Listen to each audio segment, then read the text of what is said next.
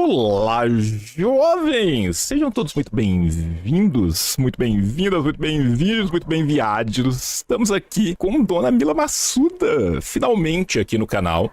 Essa, pra quem não sabe, vou contar uma história de bastidores aqui pra vocês. Essa é a nossa segunda gravação juntos, mas a primeira é que a Mila está na frente das câmeras. Quando eu fui lá, os Três Elementos, Dona Mila estava lá atrás, junto com o Jussa na coxia, participando, semi-participando com a gente, participava de voz e não participava de vídeo, e foi a coitada que teve que ler as 743 perguntas que a gente ficou respondendo por horas, e hoje a gente conseguiu trazer a Mila pra cá, pra gente falar de um projeto que já é um projeto absurdamente vencedor. Inclusive, vou aproveitar e já vou pôr aqui na tela para vocês verem, que é o Teia da Vida, que eu tive a oportunidade de ler antes de todos vocês. Chorem de inveja, tá? Para você que porventura não conhece a Mila, não conhece o Blablologia, não conhece os Três Elementos, Mila, por favor, primeiro seja bem-vindo, obrigado por você ter aceitado, né, o convite, tá aqui com a gente, eu fico muito honrado. E segundo, né, fale para as pessoas, Mila, de onde vive, do que se alimenta. Oi, João, obrigada pelo espaço, pela oportunidade aqui de falar um pouquinho do projeto, para falar um pouquinho de mim. Onde eu vivo? Gente, atualmente... vivo aqui eu e Emílio Garcia do Blablalogia, os Três Elementos, em Paulínia, e não vou começar do começo, mas vou contar que conheci este homem lindo, maravilhoso, meu marido, fazendo graduação em biologia. Então eu fiz biologia, quer dizer, ciências biológicas, e aí a gente se encontrou na Unesp de Rio Claro em 1999, quando começa assim 1900, né, dá até um... Não, fica tranquila, nós todos estamos nesse ponto da nossa vida, eu te entendo perfeitamente, sabe? E o pior de tudo é que, tipo, a gente começar a perguntar no chat, vai ter gente que nasceu depois da gente ter formado, tá? Então, né? Oi, bom, 1999 começa essa história, mas daí, assim... Pensa uma pessoa que eu não ia fazer inicialmente biologia, né? Eu ia fazer outro curso. Chegou na última hora, me deu um negócio assim que eu falei, não, vou mudar aqui, vou pôr biologia. Não falei pra ninguém, nem para os meus pais, pra ninguém. Só fui lá e coloquei biologia. E tá bom, fiquei ali, fiz... Não, agora eu fiquei curioso, desculpa, você vai ter que nos contar, né? Se Dona Mila não fosse nossa bióloga favorita, ela seria o quê? Então, olha, o pior é que eu acho que eu ia para ciência de qualquer jeito. Quando eu era bem pequenininha, essa história é meio das antigas ainda, mas eu só brincava assim, eu era a assistente do médico, sabe? Eu era a caixa do supermercado, porque eram as profissões que eu via as mulheres exercendo, né? Eu era a moça da biblioteca, eu era a mãe. E aí, um dia eu conheci a namoradinha de um primo meu que estava prestando medicina. Eu falei, olha... E eu posso, então, ser a médica em vez de ser a assistente? Falei, não, pera, isso é muito da hora. Eu posso ser a médica. Aí... Mas todas aquelas propagandas de Marlboro falaram que eu tinha que ficar ajoelhada diante do meu marido, apanhando e sorrindo? Não é? E, poxa, de repente... E aí, eu achei fantástico. E ela entrou na faculdade e ela me contava as coisas. Eu tinha 6 aninhos, ela, né, na época que prestou o vestibular, tinha 18. A hora que ela passou e começou a me falar de como era, lógico, ela não contava muitos detalhes para uma criança de 6 anos, mas eu fiquei maravilhada com essa possibilidade. E aí eu falei, é isso que eu quero fazer medicina. E conforme eu fui envelhecendo, né, eu falei, gente, pera, mas aí eu tenho que lidar com as pessoas vivas, né, agora eu tô com medo aqui. E se eu fizer alguma coisa de errado? E aí eu falei, não, e se eu ficar só investigando coisas? E aí ela falou, ai, Camila, eu acho que no fim você vai acabar indo para a área acadêmica. Eu não tinha a menor ideia do que isso significava, não tinha a menor ideia de como ciência funcionava, o que isso significa, né? Como que isso era feito, como que você se formava para ser um cientista. E comecei a ver melhor sobre isso, chegou na última hora ali, ó, sabe, a hora que você vai preencher, qual é o curso que você vai prestar? Aí eu falei, não, calma, não é medicina não, eu vou fazer biologia. Para que estudar um bicho só se eu posso estudar vários? E vários outros organismos que não são bichos. E pus isso, não contei para ninguém. Quando eu passei, minha mãe ficou, acho que num misto de felicidade e uma leve frustração. Entendo, né? Em defesa dos nossos pais, gente, explicar pra vocês como que funciona pra nós boomers. A gente veio de uma época onde tinham 3 profissões que eram consideradas humanas, tá? Que era médico, advogado e engenheiro. Então, todo mundo da nossa geração que não virou médico, advogado ou engenheiro, salvo raríssimas exceções, aonde você tinha pais bons que já tinham, né, alguma coisa assim, todo mundo virava e falava coisas, e eu tenho certeza que a Mila ouviu isso. Mas você é tão inteligente, por que você não fez medicina? Então, eu acho que eu sempre pareci ser a pessoa doidinha da família, então quando eu fiz isso, sabe que assim, foi uma frustração, mas não foi assim chocante. Acho que a galera já estava esperando que eu ia fazer uma coisa diferente. Mas enfim, fui lá, fiz, né, prestei biologia e passei na Unesp de Rio Claro. E aí conheci o Emílio, que era meu veterano, apesar dele ser um ano mais novo do que eu, e eu acho que desde ali a gente construiu essa parceria que a gente faz absolutamente tudo juntos. Ah, que lindo, gente. Momento café de casal casado. Vocês estão juntos há quanto tempo, menina? Então, é estranho, né? Desde 1999 a gente tá junto. Uau! E, assim, o Emílio foi fantástico na minha vida. Todas as dificuldades que eu tive, ele estava lá para me ajudar. Ele que me ensinou química. E eu acho que eu estava lá também para ajudar ele nas dificuldades dele. E a gente... Vocês têm prova aberta de química, não tinha? Assim, outra coisa, gente. Nessa época não tinha Enem, tá? Nessa época você tinha uma prova que normalmente, não sei como é que era na Unesp, mas aqui na Federal era a seguinte. Você tinha a primeira etapa, que é basicamente um pouco de tudo em múltipla escolha. E a segunda etapa, que era específico, que aí cada curso fazia 3 provas. Você tem um núcleo comum, que é português, que todo mundo fazia, porque aparentemente é importante você saber ler e escrever para entrar na faculdade, dizem, né? E, por exemplo, eu fiz História e Geografia. Eu imagino que Ciências Biológicas faria Biologia e Química, que deveria ser, inclusive, a mesma prova aberta de segunda etapa de Medicina. A gente fez... que eu acho que era química, se não me engano também tinha física, porque eu acho que a gente não consegue entender as coisas biológicas se você não... eu acho que assim, tem uma escadinha. Para entender biologia, você tem que entender muito bem química. E para entender química, é muito bom entender física. A hora que você tem essas 3 camadinhas, as coisas ficam muito mais... as ideias ficam mais robustas para você, sabe? O conhecimento fica mais profundo e mais... no fim, mais fácil até, faz mais sentido. E, enfim, aí quase no final da minha graduação, eu engravidei. E, de novo, o que parecia ser uma das coisas mais assustadoras para a vida de uma mulher, foi a coisa mais incrível que me aconteceu. Mas note, porque a gente tem uma história muito peculiar, vai. A gente tem uma rede de suporte, eu especificamente, com a família do Emílio e a minha família, eu tive uma rede de suporte incrível, maravilhosa. Por causa disso, eu consegui me formar com a minha turma, não peguei assim nenhuma DP, não tive nenhum trancamento, nada. Me formei juntinho com a minha turma e depois fui fazer o mestrado e depois o doutorado. Só que daí o mestrado e doutorado já na Unicamp em ecologia. E a Helena é a coisa mais incrível que aconteceu na minha vida, né? O Emílio perde muito para ela. Te entendo perfeitamente. Só quem for pai aqui entende. Eu tenho 2, então assim, te entendo completamente. É um bagulho que muda a gente umbilicalmente.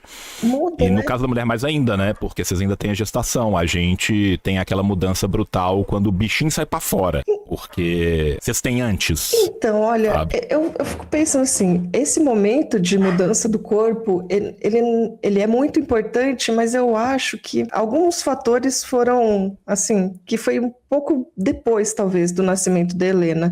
Eu sempre fui muito tímida. Muito, muito, muito.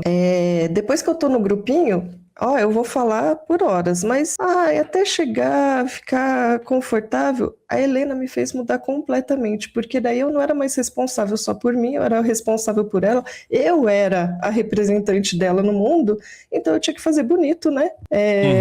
Eu tinha que ir lá e falar por ela e brigar por ela, e então, nossa, isso mudou muito, isso me fez muito bem até para a profissão que eu tenho hoje, que é falar publicamente, e mesmo antes dando aula. Mas é isso, aí tive a Helena, que foi maravilhosa na minha vida, e aí acho que na carreira de muitos biólogos, o que acaba acontecendo é, ou você vira professor, ou você vai para academia, ou você vai fazer mestrado e doutorado. Eu falei, eu acho que é esse caminho aí de mestrado e doutorado, vamos nessa. Aqui, quero aproveitar para tirar umas curiosidades que eu tenho e vou fazer uma outra tangente que não tem nada a ver, porque, né, sou eu. Uhum. É mais forte do que eu. Primeiro, você falou que você fez mestrado e doutorado em ecologia. A minha dúvida é, quando a gente entra em história, a gente tem uma grande revelação do que é história e do quanto a história, quando estudada em nível de terceiro grau, numa faculdade, num mestrado, num doutorado, vai ser muito diferente e muito mais complexa do que é aquela história que a gente, de alguma forma, se apaixonou ali no primeiro e segundo grau e que levou a gente a essa escolha. Eu imagino que na biologia também haja essa diferença. Eu também imagino que você tem um choque depois que você entra em biologia e descobre que ciências biológicas é todo um outro mundo muito para além daquele que tinha te sido superficialmente ensinado na escola. Essa é uma primeira curiosidade que eu tenho. Segunda, ecologia me parece ser um campo bastante multidisciplinar. Ele é um campo que vai estar aberto não só para aqueles que tiveram formação em ciências biológicas. No mestrado e no doutorado de ecologia, o estudo na Unicamp, ainda mais a Unicamp, que é uma universidade assim famosa por essa multidisciplinariedade, por colocar todas as ciências sociais juntos ali. Você teve um choque em relação à Unesp, por exemplo? Você teve a necessidade de ir trabalhar com coisas que não necessariamente você estava trabalhando na sua graduação? Tinha gente de outros campos? É aberto para pessoas de outras formações? Primeira parte. A parte biologia, né? O que é entrar na biologia. Uhum. De novo, eu tive muita sorte de ter feito um ensino médio onde a parte de laboratório era muito bem explorada, sabe? Então, todas as disciplinas que envolviam laboratório, como física, química e biologia, eram, assim, maravilhosas, eram de outro mundo, sabe? De todo mundo ter o seu microscópio, o microscópio já ser conectado numa câmera, se você encontrasse algo legal, a gente já conseguia mostrar para os colegas da sala, a parte de química era incrível. E aí, quando eu fui para biologia, eu imaginava que as aulas que eu ia ter iam ser parecidas com essas, só que mais profundas. E no fim acabou sendo mais ou menos isso, sabe? Só que em vez de eu ter que estudar e decorar coisas, agora eu tinha que... Eu sei que a ideia nunca foi decorar, mas é quando a gente tá prestando vestibular, tem toda essa pressão de que você tem que guardar informação mais do que entender informação. E aí na graduação é esse momento que eu fiquei muito feliz, porque era um momento não só de guardar informação, mas entender informação. Uhum. Então, as partes práticas eram muito mais profundas. Então, você vai ter lá... Imagina a galera que não gosta de morfologia vegetal, de ficar vendo corte de planta, que a hora que você olha parece só um monte de bolinha. Aquilo para mim era maravilhoso. Era entender assim, tá bom, agora eu tô entendendo a planta por dentro, como que ela é formada. Porque às vezes a gente não para pensar, né? Como que a gente é formado, né? Assim, você consegue imaginar que é uma célula grudada na outra, mas daí tem essa parte que é um tipo de célula, tem parte que é outro tipo de célula para formar os diferentes órgãos. É uma coisa meio insana. E aí eu tava vendo aquilo, essas insanidades todas ali, né?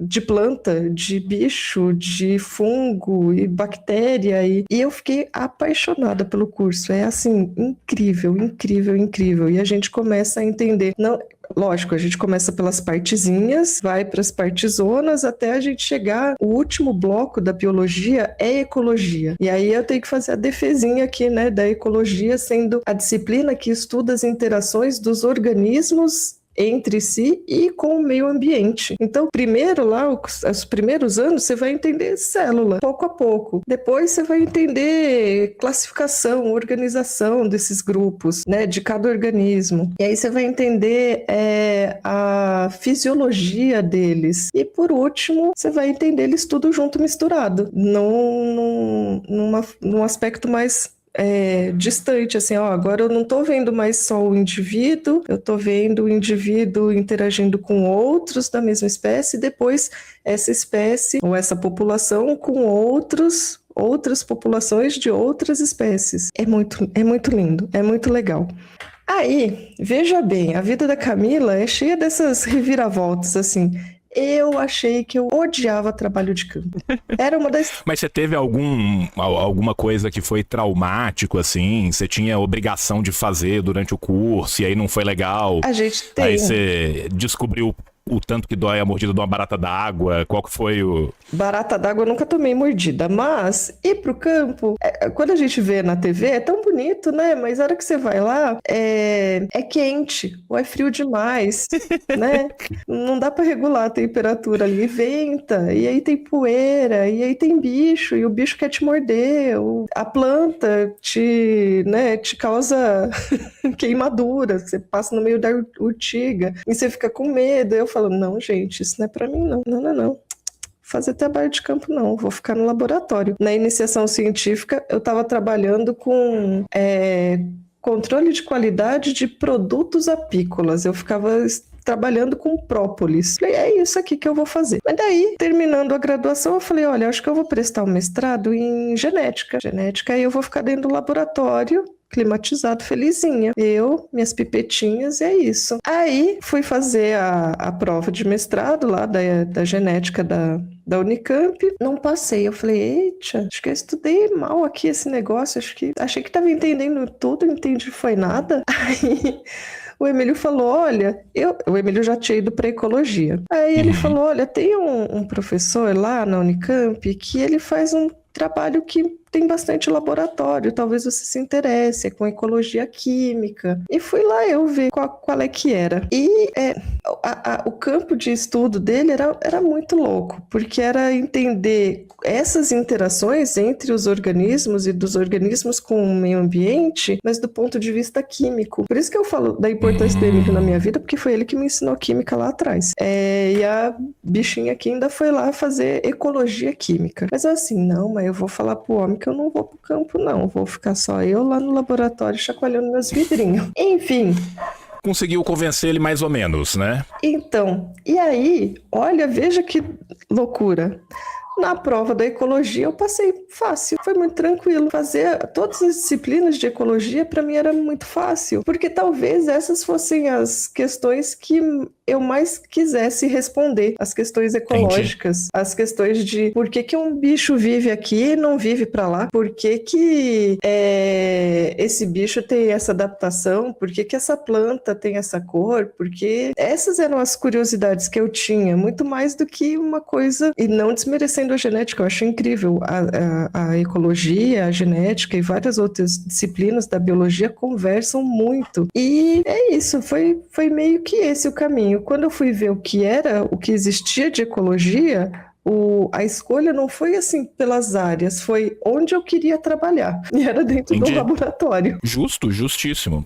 Quero agradecer a dona Babi, que mandou aqui pra gente o superchat. Que entrevista maravilhosa. Tá só começando, gente. Você que tá chegando aí agora, já curte, já compartilhe com seus brothers, que nós vamos falar de muito mais coisa aqui. O Heitor mandou aqui pra gente: tio lindão, um episódio com a Mila, amo os dois. Pra manter o ritmo, fica bem Pirula, depois a gente fala um pouquinho aqui do Pirula, tá? Cadê o careca pra gritar insider? Tá escondido lá na casa deles, tá? Ele está no fundo, escondido, vendo, provavelmente com um lencinho na mão, porque Dona Mila foi muito bonita e muito romântica, contando a história dos dois, né? Então agora ele deve estar abalado emocionalmente, mas quem sabe depois ele não dá o ar da graça aqui, dá um oi pra vocês. E me pediram pra eu te falar um Mesopocast, né? O jovem ama Mesopotâmia, então ele urge por Ur, por Nagash, por Uruk, e ele pede constantemente que eu fale coisas sobre a Mesopotâmia. Para não falar uma coisa fora, eu vou até aproveitar o ensejo para falar um pouco de como que o pessoal da Mesopotâmia via ecologia, e a partir daí a gente vai usar de salto para a gente falar do livro, para falar do Teia da Vida. Os acadianos, eles tinham duas palavras para falar sobre aquilo que governava o universo. Eles usavam um sumerograma, que é o Me, que vai dar o Melamu, que vai dar várias outras coisas, e em acadiano mesmo eles tinham uma palavra chamada Parshu. O que são isso? Esses decretos divinos, eles regulam a um só tempo os fenômenos naturais e as instituições humanas. Então, assim, a chuva, a inundação do Tigre do Eufrates, a fertilidade do solo, eles não eram processos naturais nesse sentido moderno, nesse sentido contemporâneo. Eles eram manifestações da vontade e da luta entre as potências divinas. Então, você tem Anu, que é o céu, Enlil, que é o vento, e Ia, que eram as águas subterrâneas. O que acontece? A inundação do Eufrates é ao mesmo tempo o céu movendo os ventos para que as águas subam do subterrâneo, e ao mesmo tempo você tem o Abubu, que é a chuva, que a gente chama de dilúvio, mas não é exatamente o dilúvio como a gente pensa. Então tudo isso que hoje em dia a gente chama de ecologia está embutido para eles nos conceitos de teologia, nos conceitos de mitologia também. Por exemplo, o Enuma Elish, que é o poema da criação na Babilônia, ele vai falar como que o cosmos inteiro é formado a partir do corpo de Tiamat, que era um deus primordial, que vão ser essas águas caóticas. Isso é a ideia que uma concepção de mundo natural só existe quando ela é constituída através da luta das forças divinas, não separados dela, mas em última instância através da luta de cada um de nós. Por quê? Porque as forças divinas representam, na verdade, as forças sociais. Falando disso tudo, eu vou aproveitar uma outra pergunta que apareceu ali, né? E que o pessoal perguntou: já rolou isso? Não rolou isso? A gente tá certo em falar de antropoceno ou a gente tem que falar de capitaloceno? E aí eu vou aproveitar essa discussão aqui exatamente para a gente pensar a partir desse exemplo lá de trás e começar a entrar nesse assunto que eu acho que é um dos assuntos mais interessantes que a gente pode falar e que também vai ser abordado no livro. Muitas vezes, quando a gente fala antropoceno, a gente está pensando simplesmente na presença do antropos, do homem. Só que a presença do homem é muito diferente ao longo da história. O quanto que o homem está intervindo na natureza vai ser muito diferente ao longo da história. É óbvio que se eu pego e falo assim, o reroteamento de rios vai mudar muito certos biomas, vai mudar muito a condição, vai permitir que outras espécies migrem para lá, enfim, beleza. Mas é diferente eu pensar em engenharia hidráulica na antiguidade e poluição química nos dias de hoje. Então, queria que a gente começasse a passar um pouco para as discussões do livro a partir disso, a partir dessa ideia de pensar até que ponto a gente pode usar um termo como antropoceno, até que ponto a gente tem que ir além disso, né? Em última instância, como disse o Chico Mendes, até que ponto ecologia sem luta de classes é jardinagem. Ai, olha que pergunta difícil, João. Olha que... Eu te prometi que ia ser só pergunta fácil, bem, por isso. Você prometeu perguntar fácil. Não, eu acho que assim, quando a gente começa a olhar para isso, eu sei que, de verdade, o certo era a gente olhar para o planeta Terra como se a gente fosse só mais uma coisa ali, né? Mas a gente também tem que lembrar que essa uma coisa ali, essa uma coisa importante pra gente, né? Quando a gente tenta colocar essa ideia do antropoceno, eu sei que algumas pessoas vão falar assim, meu Deus, é muita prepotência, né? Falar do quanto a gente impacta a Terra. E pensando em toda a existência da Terra, a gente é nada, tá? O antropoceno não vai ser nada. É assim, é uma cosguinha na vida da Terra, e a Terra vai continuar existindo, e a Terra vai ficar muito bem, e tá tudo certo. Quando a gente vê assim, um desastre ecológico gigantesco, aquilo que existia nunca mais vai existir daquele jeito, mas outra coisa vai existir. E o mesmo serve pra gente. Aquilo que hoje está causando tudo isso, né, e todo esse impacto e todas essas mudanças numa velocidade tão absurda, um dia vai deixar de existir e outra coisa vai existir. E aí a gente tem que voltar a pensar do nosso ponto de vista mesmo. A gente quer isso ou a gente consegue ir além disso, né? A gente quer deixar de existir tão rapidamente, sendo que a gente tem essa, né, a gente sabe a causa. Olha só, a gente sabe onde está o problema e a gente não vai tentar parar o problema, a gente não vai fazer nada, é muito bobo, não? Eu acho.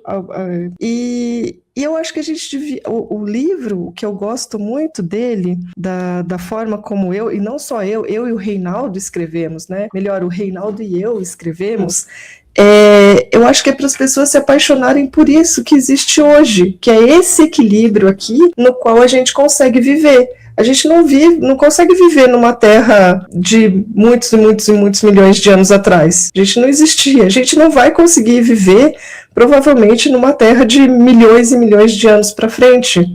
Mas, ao mesmo tempo, esse momento agora, que é muito bom para a humanidade, que tal num equilíbrio... Quer dizer, a gente já perdeu grande parte do equilíbrio que existia, mas assim... mas ainda tá dando para viver. Esse é o melhor momento para a gente viver. O futuro provavelmente é pior do que agora. Outro planeta é infinitamente pior. A gente nem, assim, não existe nem vida lá até onde a gente entende. Onde a gente entende que tem vida, de um jeito que funciona pra gente, é aqui. Então, assim, eu acho que o livro, eu brinco, que é meio que a nossa carta de amor para a natureza, mas uma natureza que é muito interessante para a gente, uma natureza onde a gente agora consegue prosperar. Olha o tanto que a gente prosperou, a gente é quase as baratinhas da terra, né? Tá em tudo que é lugar, se adaptou a todos os climas, a todos os ambientes, seja uma adaptação, né? Assim, é uma adaptação comportamental. Olha que mágico isso. Pensar que a gente criou roupa, que a gente criou casa, que a gente criou estruturas e tecnologias mil para conseguir enfrentar os diversos ambientes da Terra. Mas, ao mesmo tempo, a gente não é uma coisa separada disso. E a gente ainda precisa dos mesmos recursos que a gente precisou quando a gente ainda não tinha essas tecnologias. E entender como essas coisas se equilibram e como mantê-las em equilíbrio, eu acho que é a grande mensagem do livro. Mesmo que a gente não fique o tempo todo batendo nessa tecla de esse é o lugar bom pra gente viver, mas é que esse é o lugar bom pra gente viver. Cara, assim, uma coisa que me fascinou quando eu tava lendo o livro foi exatamente o que é basicamente a primeira das discussões do livro, né? Que é como que você mostra pra gente o quanto que a Terra é imbatível, mesmo após catástrofes, que não é viável, de fato, um plano B marciano, que é aquela ideia do Don't Look Up, dos milionários irem caçar outro planeta na casa do caixa-prego, ela é brutalmente infactível. Além disso, ela é brutalmente infactível para a esmagadora maioria das pessoas. Eu queria que você comentasse um pouco mais pro pessoal, a partir exatamente do seu estudo, dessa capacidade desse planeta, dessa loucura que é de regeneração, de mudança, de acumulação, porque à medida que a gente vai lendo o livro, e assim, gente, primeira coisa, né, você que está aí no chat, é só colocar o comando TEIA, tá? Que já vai ir direto para este lindo endereço do Catarse, do Teia da Vida. Vocês estão vendo o livro aqui do lado. O livro, além de ser lindo e maravilhoso, ele é maravilhosamente bem escrito, gente. Eu tive a oportunidade de ler o livro aqui e, de coração, cara, como deixou fácil de compreender coisas que são brutalmente complexas e que elas vão fazendo sentido e hegelianamente falando assim, ele vai num construto que é muito parecido com o que você falou da sua própria faculdade de biologia, que você vai indo do começo e vai complexificando, na hora que chega lá no final, as coisas fazem sentido. Então, assim, eu achei que a didática de começar do pequeno para o macro, assim, foi maravilhosa. Parabéns, tá? E queria que você contasse um pouco pra gente, então, né, dessa capacidade que a Terra tem pra gente, a partir disso, poder fazer essa construção do micro pro macro. Eu acho que eu não posso deixar de esquecer, quer dizer, de lembrar, que esse livro, ele é uma construção minha com o Reinaldo. Então, a partir de vários textos que já existiam meus, do Biologia em Meia Hora, que é um podcast só de áudio que eu tenho, a gente fez um compilado de assuntos que se interligavam e, no fim, quem diria que o assunto que eu mais falo é de ecologia, né? É porque é muito apaixonante. Então, quando a gente começa a olhar assim, o que é o planeta Terra e entender o que é a vida que surgiu nele, ele tem as condições perfeitas para isso. E quando a gente pensa em condição, essa é uma das coisas que a gente até coloca no livro, é a definição de condição em termos ecológicos. São os elementos do meio ambiente nos quais o organismo vai conseguir viver e que ele depende de condições ideais. Então, por exemplo, temperatura. Temperatura, a gente tem uma faixa de temperatura na Terra, mesmo pensando em ambientes mais frios e ambientes muito quentes, mas a gente tem um espaço na Terra onde a amplitude de temperatura não varia abruptamente. E isso é muito por causa da atmosfera que a gente tem. Se a gente não tivesse essa atmosfera, a amplitude, né, a variação de temperatura ia ser tão intensa ao longo do dia, né, do dia para a noite, que a vida ia ser inviável. Não dá para ser, não dá para ter tantas estratégias assim para esse tipo de variação. Então, um exemplo que sempre dão é a Lua. A Lua não tem essa atmosfera e, por causa disso, ela não tem o chamado efeito estufa, que é importantíssimo. Se a gente não tivesse efeito estufa, a gente não teria essa temperatura mais estabilizada. Por ter uma temperatura mais estável ao longo do dia, ao longo dos meses, é que a gente consegue ter a vida na forma que a gente tem. Então, ambientes muito frios, dá para ver que a gente tem menos vida, né? Menos formas de vida. Ambientes muito quentes, a gente também vai ter menos. Mas tem uma faixa de temperatura ótima que é interessante para as diversas formas que a gente vê. E qual que é o problema aí quando a gente vai falar de efeito estufa? Atualmente é essa intensificação acelerada do efeito estufa. Então está indo rápido demais para as espécies conseguirem se adaptar, porque em termos evolutivos, né, quando a gente pensa que a evolução é uma mudança das características das populações ao longo das gerações, não dá tempo de ser tão rápido assim, conforme a gente está acelerando o aumento da temperatura média. Então, a primeira condição básica para a existência de vida na Terra é essa amplitude de temperatura mais estável por causa da nossa atmosfera, que gera um efeito estufa. E aí, assim, desculpa te interromper, mas é só um negócio que eu fico pensando, é super efeito borboleta, né? Porque se a gente for pensar no passado, a gente já teve outras atmosferas com outras concentrações de gases que geraram outros seres que viveram naquele tempo ali. Normalmente essas grandes mudanças se dão por eventos brutalmente catastróficos que catapultam uma mudança àqueles que sobreviveram, mas que varre a esmagadora maioria daqueles ali. Né? Se a gente for pensar o que foi o meteoro para os dinossauros, um inverno nuclear para a gente ia ser como se fosse um meteoro para os dinossauros. Ia ser mesmo. A gente é capaz de causar essas catástrofes como elas já existiram em outros tempos. Esse é o medo, né? Esse é o medo de uma terceira guerra mundial. Esse é o medo de, sei lá, a gente também esquentar demais o planeta e não ter mais lavoura, porque até os nossos cultivos, eles são adaptados para o que é bom hoje, né? E não para as alterações que vão vir no futuro por causa das mudanças climáticas. Então, sim, a gente já a história de vida, né, da vida na Terra. Então, vou fazer um parêntese aqui, porque é uma coisa que eu acho tão legal. Já parou para pensar que desde que a vida começou a existir, ela nunca mais parou? Parou de existir, né? E a gente é só assim, assim, a continuação daquilo que começou há 4 bilhões de anos. Eu acho tão louco assim pensar que ela nunca mais parou, ela só foi mudando, diversificando, e conforme foram acontecendo mudanças no planeta, parte dessa diversificação some, parte continua, diversifica de novo. Daí vem outra mudança, parte some, parte fica, e essa que fica, diversifica de novo. É muito louco pensar que a nossa história, se a gente for pegar, ela tem 4 bilhões de anos. Mas, como seres humanos, né, aí já é um pouco menos. Cara, uma coisa assim que me surpreendeu muito quando eu tava lendo o livro foi na hora que você tá falando ali daquela, entre aspas, herança dos centauros, né? Da fusão que ocorre em bactérias antigas.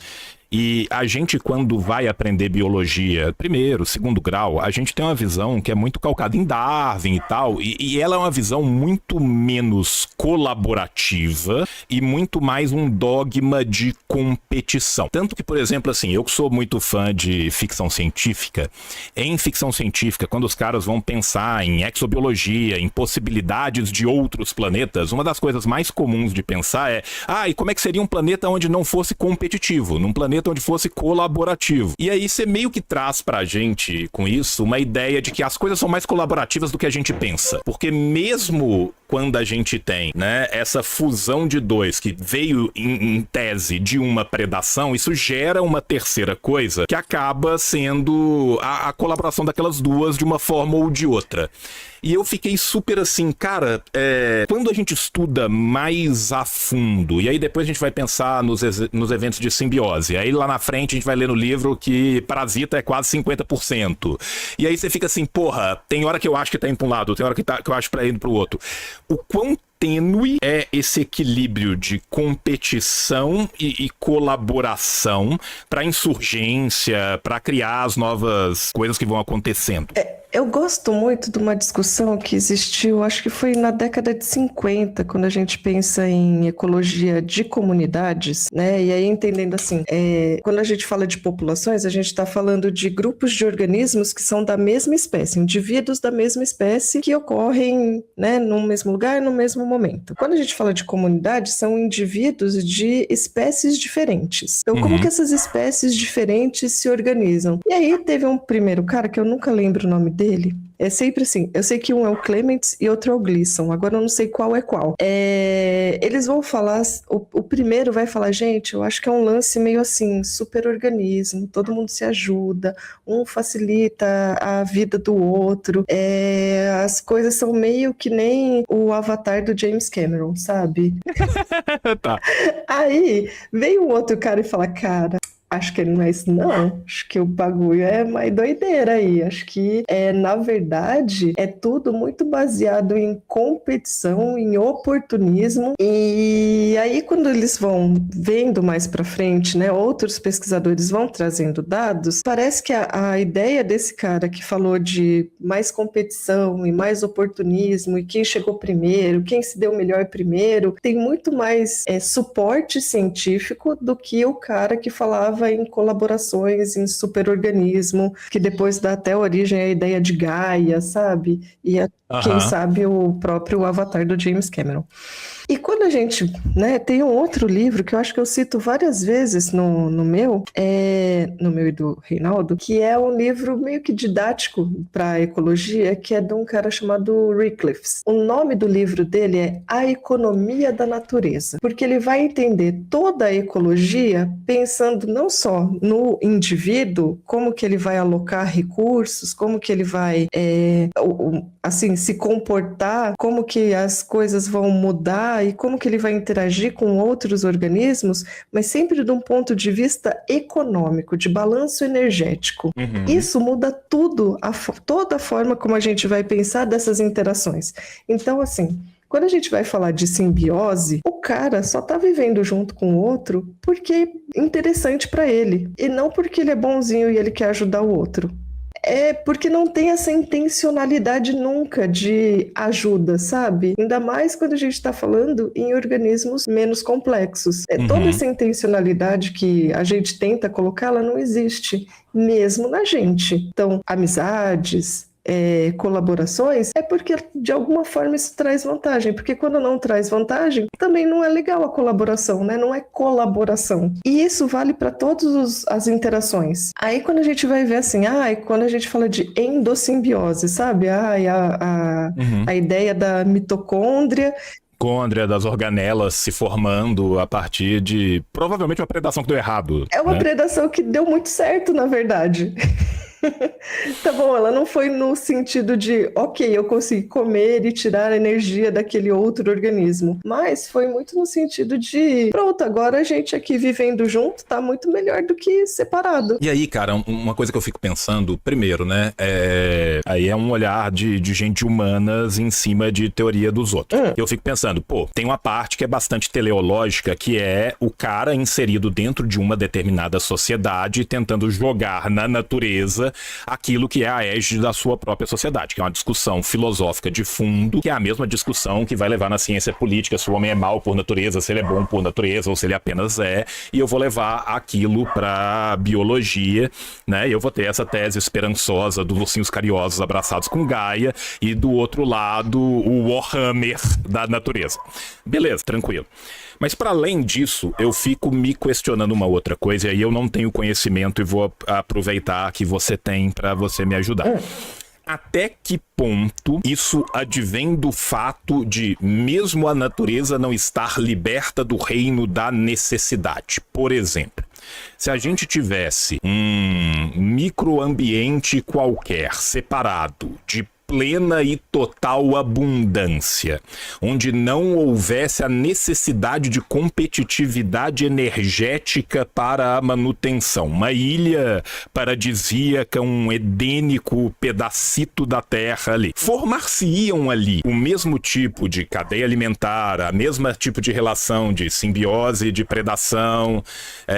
Eu teria bichos onívoros, ou eu só teria bichos que se aproveitassem daquilo da forma mais fácil e direta. Você entende o que eu fico pensando? Porque eu fico pensando assim, a gente tem algum lugar onde não tem necessidade de competição pelo todo energético total para poder saber o que aconteceria se não fosse assim? Então, tem uma coisa muito legal que a gente estuda em ecologia que é sucessão ecológica. Como que as espécies elas vão ocupando um lugar e elas vão sendo substituídas ao longo do tempo nesse mesmo lugar. E aí imagina assim, tá bom, tem uma área lá que eu peguei e, sei lá, caiu lava nela e ela matou tudo.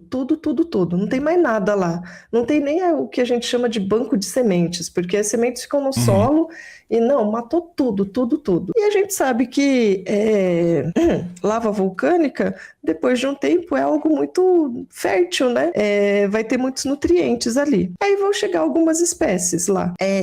Essa sequência de tipos de espécies, a gente sabe que praticamente sempre se repete. Mas exatamente a espécie A, B, C, a gente não tem ideia de como isso vai chegar até lá. Porque para uma espécie ocorrer num lugar, a primeira coisa ela tem que conseguir chegar até lá. Então, quando a gente está falando de sucessão, a gente sempre pensa muito em planta, que elas são as primeiras a chegarem e colonizarem o lugar. Então, chegou lá algumas espécies. Tem umas que vão conseguir se dar muito bem nesse ambiente que é nada, né? Não tem nada ali. Só tem o solo, a atmosfera, vai cair água, vai cair chuva. E tem outras que não vão se dar bem. Essas, elas podem chegar ali, elas podem tentar e elas não vão se dar bem. Essas primeiras que chegam, a gente chama de pioneiras. As pioneiras, quais são as características que elas têm que fazem com que elas tenham sucesso? Elas gostam de luz? Toda planta gosta de luz, mas não só isso, elas toleram variações abruptas de condições. Por exemplo, muito sol, né? Não tem cobertura ali. Ela vai falar, tá bom, tô aqui, vou germinar.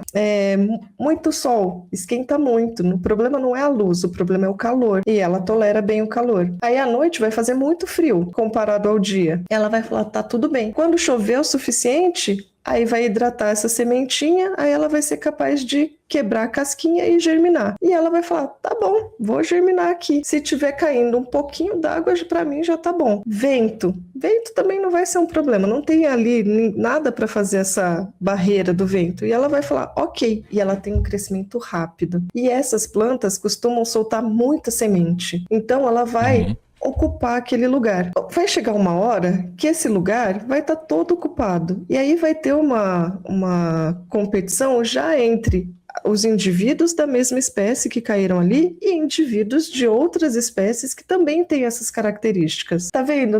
Já aí começou a competição. E Entendi. Com quem a gente mais compete é com quem a gente tem mais sobreposição de gostos. Então, eu tô chamando de gostos, mas é assim, de necessidades, de demandas. Então, e preferências. Eu gosto de bastante luz, né? Essas plantas pioneiras, elas precisam de muita luz. Então, com quem ela vai competir mais? Inicialmente, com quem é parecido com ela. Eu tenho uma demanda muito grande por nitrogênio, por nitrogênio no solo, por fósforo. A outra vai ter uma demanda um pouquinho diferente. E é por isso que às vezes a gente consegue ver, quer dizer, muitas vezes a gente consegue ver coexistência, porque nem todos os organismos têm as mesmas necessidades idênticas. Enfim, tem essa primeira galera. Só que daí isso possibilita que aquela galera que não gostava tanto de variação de temperatura, não gostava tanto de variação de umidade ou de vento, fale assim, agora tá bom aqui, agora tem uma sombrinha, agora tem ali uma cobertura vegetal que já propicia uma umidade um pouco maior. Essas são as que vão vir depois, né? Não são mais as pioneiras, são as tardias, ou tem ainda as intermediárias, né? Que na verdade vem essas intermediárias. E aí, a hora que elas sombreiam as pioneiras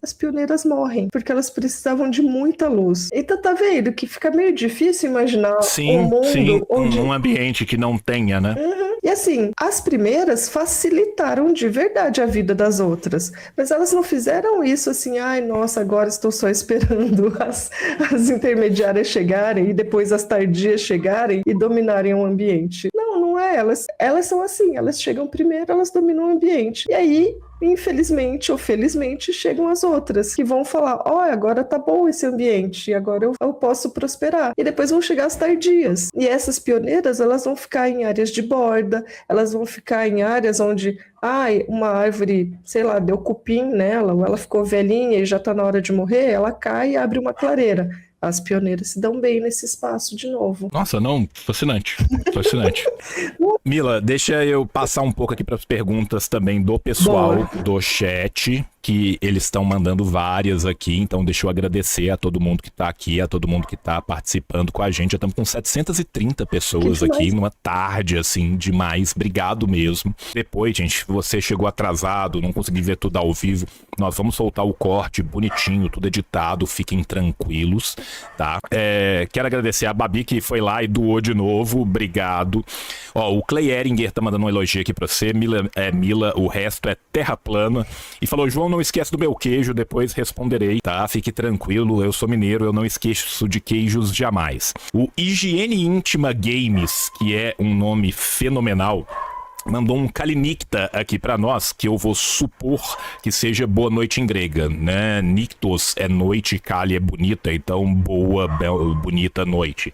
Minhas companhias diárias BR, aqui em Atenas, sim, é grego. Obrigado pelo conteúdo. Obrigado você, querido, que tá vendo a gente aí à noite em Atenas.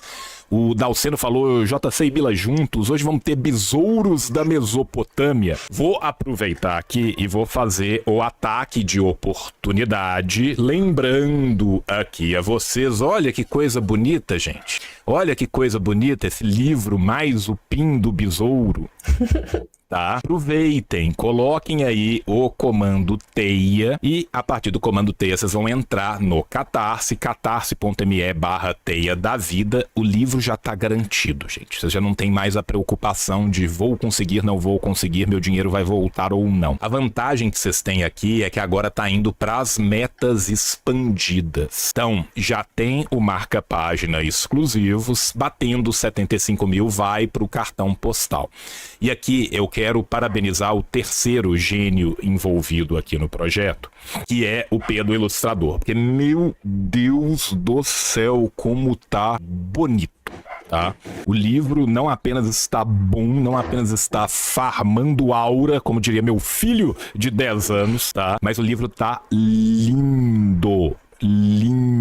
Então, parabéns a todos os envolvidos aqui que estão transformando essa possibilidade em realidade concreta. Teve uma pergunta que chegou aqui que eu achei interessante, que foi da Trindade Nativa falando, pô, tem um cometa aspersando milhões de toneladas de deutério no nosso sistema solar.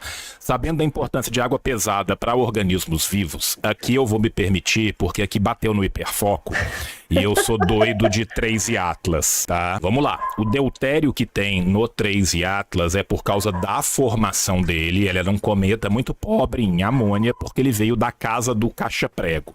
Ele veio de um outro sistema que não o nosso, provavelmente um sistema formado bem antes do nosso. Mesmo este deutério que é solto quando ele esquenta perto do Sol, ele, mesmo que chegue ao nosso planeta, ele vai chegar provavelmente em forma de água pesada, porque a água está misturada ali, ele vai entrar, mas é muito pouco. Para chegar num ponto de ter contaminação por deutério e água pesada, teriam que ser milhares de cometas desse tamanho. Então, não acho que a gente está diante deste problema agora. Mas isso leva a gente para uma coisa que é bem divertida, que são eventos de extinção. Uma coisa que o pessoal estava falando ali no chat é que assim, porra, a gente já passou, você falou, né, que a gente é uma mesma história desde que a vida começou, só que a gente já passou por diversos eventos de extinção massivos, mas nunca de extinção total da vida. Aqui eu vou te fazer a pergunta de quando você estava estudando história da biologia na Terra, assim, qual que é seu evento de extinção favorito? Ai, gente, é assim, ó, eu gosto muito das coisas vivas, então eu fico muito triste com eventos de extinção, mesmo que depois a vida volte, se diversifique novamente, surjam coisas interessantes, mas assim, acho que não tem como não ficar muito curiosa com o meteoro dos dinossauros. Tadinhos. Eu fico imaginando assim, o quão assustador deve ter sido, né, para esses organismos. Acho que para todos, né, não sei qual que é o grau de assustado que cada um pode ter, mas eu fico imaginando assim, onde foi a queda mesmo do meteoro, e depois o que é esse momento de não ter luz, das plantas sumirem, acho que esse seria o meu predileto, até porque é por causa disso que daí os mamíferos começaram a prosperar, né, nesse ambiente onde a predação deixa de ser tão intensa sobre eles, onde as adaptações deles permitiram que eles continuassem, e é daí que vem toda uma linda história dos mamíferos que a gente tem até hoje. Eu acho que esse Te entendo e assim, eu ousaria dizer que é o meu segundo favorito. Eu sou um adepto do evento de extinção do Ordoviciano Siluriano, porque existe a possibilidade que ainda não é confirmada que ele pode ter sido por raios gama da explosão ou de uma supernova ou de um quasar distante. E aí, para mim, é ainda mais absurdo você pensar o que seria um evento desse em escala global. Você estava falando dos mamíferos terem avançado, e você tinha falado há pouco tempo atrás da questão das plantas, e aí chega uma tal, depois chega a outra. No livro eu fiquei muito surpreso com a revolução das flores, né? Com como que as angiospermas são importantes e como que elas fecharam a copa das florestas e isso vai expulsando.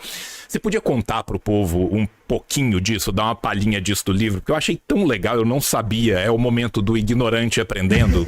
E esse momento ele só é igualado pelo usuário de droga e pelo imigrante chegando no lugar, que é o mesmo que só o bebê, o cara que acabou de aprender alguma coisa, o usuário de droga e o imigrante consegue fazer, sabe? É que assim, quando a gente começa a estudar planta, a gente começa a olhar para elas e elas só fazem parte da paisagem, né? A princípio, elas são paisagem, mas depois se pensa um pouco mais profundamente, elas são a base da sua alimentação, né? E se não totalmente a sua alimentação, dependendo da pessoa, né? Se ela é vegana, vegetariana. Então, assim, as plantas estão no nosso dia a dia o tempo todo. E a gente nem assim, considera isso. E planta, como diz o meu amigo Carlos Ruas, é um bicho, apesar de não ser um bicho, mas é um bicho, senso amplo, muito doido. E quando elas começaram a existir, elas vieram numas formas ainda muito, muito simplesinhas, umas formas que existem até hoje, né, pelo que a gente entende. Olha só, João, porque tem uns organismos, imagina, de toda essa diversificação, deve ter organismo, deve não, com certeza tem, a gente já tem relato disso, de organismo que existiu, que não está nenhum dos grupinhos que a gente criou caixinhas, né, atualmente, e que deixaram de existir, e a gente nem soube da existência deles. Nossa, eu vi isso há pouco tempo atrás, apareceu no meu feed do Instagram a possibilidade deles terem achado um vestígio de algo que seria de um reino que a gente sequer sabia que existia. Que é o Prototaxites. Isso, Prototaxídeos. E aí, o nome que está na boca do povo. O nome que está na boca do povo. E esse é um grupo que eles estavam achando primeiro que era planta, porque era um organismo colunar gigantesco de 8 metros. Então parecia assim um tronco de árvore, mas logo eles falaram que não, e depois acharam que era um fungo, e agora a gente tem evidências de que realmente ele não era um fungo, provavelmente algo que a gente não... É um ramo da vida que deixou de existir e a gente não tem nada moderno semelhante. Mas voltando para as plantas, quando a gente começa a ver a história das plantas, elas eram muito simplesinhas, e as que a gente imagina que seriam elas e que a gente tem hoje são os musguinhos, né? Uhum. E se você for ver, musgo não tem flor, não tem fruto, musgo só tem aquela partezinha verdinha que a gente vê e depois uma partezinha que parece um chapéuzinho, mas é tudo tão pequenininho e a reprodução é toda por esporos. Depois a gente tem as pteridófitas, que a gente vai falar que são as samambaias, as avencas. Essas conseguiram ser um pouquinho maiores porque a dependência de água delas é menor do que a dos musgos, que a gente chama de briófitas. Aí depois vem outras adaptações que permitem que as plantas agora consigam dominar o ambiente terrestre sem depender tanto da água. Então, musgo e samambaia já é de ambiente terrestre, mas tem uma dependência gigantesca da água para a reprodução. Aí quando a gente começa a falar de gimnosperma e angiosperma, aí já são organismos que não dependem mais da água para a reprodução. São organismos que já conseguem produzir, que daí não é mais por esporo, aí são organismos que produzem gametas, como a gente entende hoje um pouco mais a reprodução humana, vai ter um gameta feminino, um gameta masculino, e as gimnospermas, a gente fala que elas são as que têm as sementes nuas. Porque você já olhou, as gimnospermas são os pinheiros, né, as coníferas, já olhou uma pinha, assim, e tentou entender... Já peguei ela sequinha do chão e fiquei olhando, assim. Exato. Veja que quando sai a semente, que é o pinhãozinho, ela é a semente peladinha, não tem um fruto em volta. Por isso que é a semente nua, é a gimnosperma. E ali, esse conezinho, por isso que são chamadas também de coníferas, esse conezinho que a gente chama de estróbilo, ele ainda não é uma flor de verdade, quase uma flor, mas não é uma flor. E ali a gente vai ter conezinhos que são do sexo masculino e conezinhos que são do sexo feminino, e ali a gente vai conseguir ver depois, né, o encontro das estruturas para formar, dos gametas para formar a semente. Quando a gente vai para angiosperma, é mais a ideia assim de que existe um receptáculo. Esse anjo é de receptáculo, de vaso, que vai ter agora um ovário. Então, nas angiospermas, que são as plantas com flor, tem um ovário. Olha que louco, né? E o que a gente come, né, o fruto, é esse ovário desenvolvido para proteger a sementinha. Quando elas começam a dominar os ambientes e elas vão se diversificar e elas vão criar estratégias inúmeras para possibilitar que o grão de pólen saia da estrutura masculina para chegar na estrutura feminina. E isso pode ser vento, isso pode ser bicho, isso pode ser água, pode ser um monte de coisa. E quando a gente coloca bicho, que daí a gente está falando de polinizadores, aí a gente começa a pensar ainda em processos coevolutivos, que é uma coisa muito, muito, muito, muito louca. Uma espécie começa a se associar a outra, porque é interessante. para o polinizador pegar pólen, néctar, e plantas que tinham isso e que produziam esse néctar. Imagina, a planta não falou um dia, agora eu vou começar a liberar açúcar. Não, por acaso tinha uma lá que liberava açúcar e ela foi beneficiada por isso, porque começou a vir uma galera que ajudava ela na polinização. E essas relações vão se estreitando tanto que daí a gente vai ter polinizadores ultra específicos, né? Voltando, quando esses organismos começam a dominar o ambiente terrestre todo, olha que incrível, a gente tem plantinhas, se você pegar grama é angiosperma. E sim, grama tem florzinha e tem frutinho, só que não é um frutinho comestível. É aquele, pode ser um frutinho que a sementinha depois vai grudar na roupa de alguém, ou vai grudar no pelo de alguém para ser levada por aí. Algumas vão espalhar com o vento e vão ter outras que vão criar estruturas que sejam cada vez mais interessantes para alguém ir lá comer e dispersar a semente. Olha só, e às vezes é tão adaptado que precisa realmente passar pelo trato digestório de algum organismo para quebrar o que a gente chama de dormência da semente, que é quebrar a casquinha dela. Então a casquinha ela é tão adaptada para passar por esse trato digestório que se ela cair na terra antes, vai demorar muito para essa dormência ser quebrada. E essas são as plantinhas que começaram a dominar os ambientes depois de um certo tempo e começaram também a fazer parte da cadeia alimentar, né, de alguns organismos que são os frugívoros ou aqueles que são os granívoros, que vão comer grãos. E aí organismos que podem chegar a dezenas de metros de altura. E acho que era essa a história, né? Vou aproveitar que você chegou em 3 pontos diferentes que é bom que eu, tipo assim, gente, eu tô tendo a professora que escreveu o livro pra tirar minhas dúvidas do livro, tá? Então, assim, percebam o grau do privilégio que eu tenho aqui. Uma das coisas que eu achei super interessante de pensar, assim, que às vezes a gente pensa muito na funcionalidade em si, não como que ela é construída. Por exemplo, todo mundo sabe, a vaca tem 4 estômagos, né? A gente ouve isso o tempo inteiro. O que a gente não pensa é como diabos que esse trem é digerido ali dentro. E aí você tá falando, é isso que vai permitir que um organismo que cresça para ter 20 toneladas, um argentinossauro do caralho, bicho que era do tamanho de um Boeing, vai crescer a partir de tudo isso, mas para além disso, ainda tem um segundo momento que é essa interação de diferentes organismos vivos para permitir que ele tenha a dieta que ele tem.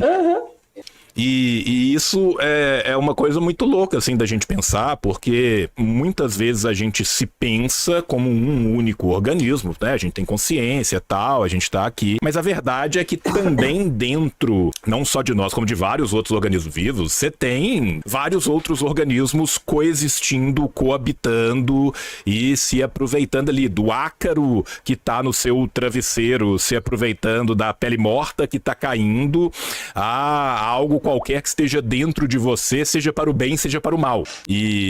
E aí eu fiquei pensando assim, primeiro, quando a gente pensa nesses bichos modernos, contemporâneos a nós, que fazem essa digestão das plantas, é o exato mesmo mecanismo que tinha lá atrás para dinossauros herbívoros ou teve uma mudança ao longo do tempo aí? Essa é uma primeira pergunta que é uma curiosidade minha e eu prometo que eu vou voltar para as do público.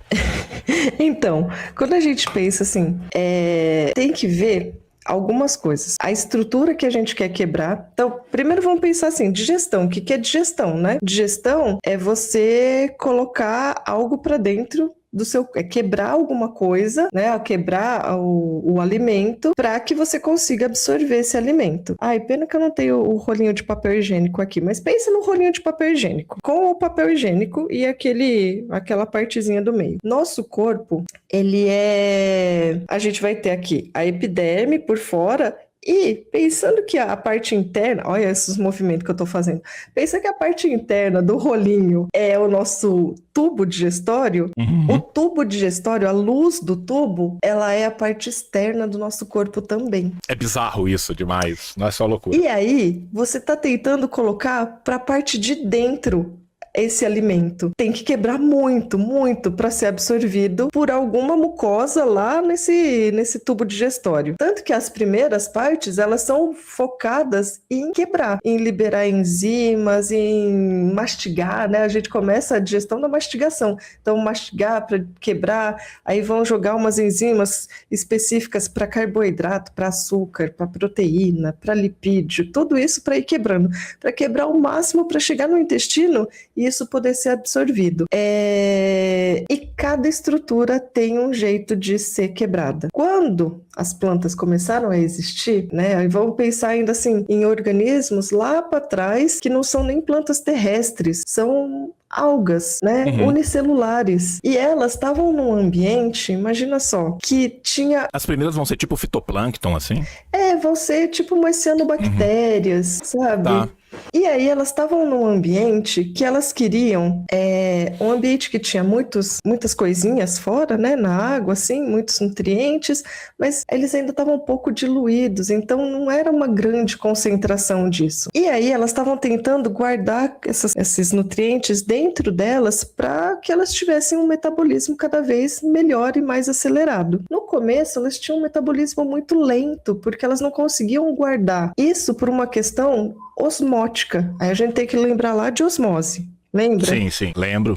Então, você tem lá uma célula. Se o ambiente externo está com mais soluto do que o ambiente interno, o que ela vai fazer? Ela vai perder água e vai murchar. Se o ambiente externo está com pouco soluto em relação a ela vai hidratar. Tem toda essa questão. Para manter esses compostos dentro dela, esses nutrientes dentro dela, aquelas que tinham um revestimento melhor começaram a se dar bem. E quanto melhor foi esse revestimento, melhor isso foi ficando. Até que surge uma estrutura que é a parede celular. Lembra que planta tem parede celular na célula, animal não tem parede celular, a gente só tem membrana. Então a planta tem membrana e parede celular. Essa parede celular, que é de celulose e depois mais para frente de lignina e mais para, né? Essa é a molécula celulose ou lignina,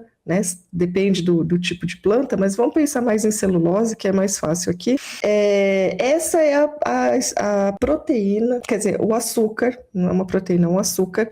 Essa é a molécula que conseguiu dar estrutura para que as plantas, que ainda não era planta exatamente, pudessem...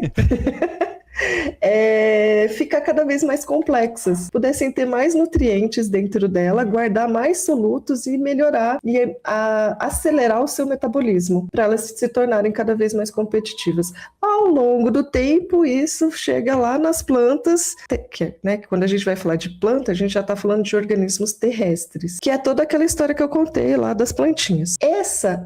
Lógico que a celulose, ela vai mudando um pouquinho conforme o tempo vai passando, conforme as plantas vão evoluindo, mas é praticamente a mesma estrutura. E é uma estrutura muito rígida, é uma estrutura que foi feita para aguentar a porrada, é uma estrutura que foi feita para não ser quebrada, até que algum dia um micro-organismo conseguiu fazer isso. E um dia... quem comeu esse micro-organismo e guardou esse micro-organismo lá na barriga se beneficiou muito com essa interação, com essa simbiose. E provavelmente todo mundo que é herbívoro precisa desse micro-organismo. Não significa que esses organismos não consigam, né? Então, assim, todo mundo fala que os seres humanos não conseguem digerir celulose porque não tem esses micro-organismos. Mas a gente tem alguns, tá? Só para contar aqui em segredo. Descobriram que sim, a gente tem alguns que conseguem, e o triste, com a nossa alimentação cada vez mais industrializada, a gente está perdendo eles. Então, a gente está perdendo essa capacidade de digerir celulose. A mínima que a gente tinha, a gente está perdendo. Mas outros organismos dependem ou de alguns micro-organismos que conseguem digerir essa celulose produzindo uma enzima chamada celulase, ou é capaz de produzir a celulase, assim como os micro-organismos que produzem celulase. Faz sentido isso? Fez super sentido. E, gente, só pra contar um negócio pra vocês. Tudo isso que eu tô perguntando aqui, de uma forma ou de outra, está dentro do livro, tá? O que é mais, acho que surpreendente pra mim no livro é vocês terem conseguido colocar tanta coisa de forma tão fácil de apreensão em tão pouco tempo e de uma forma tão bonita.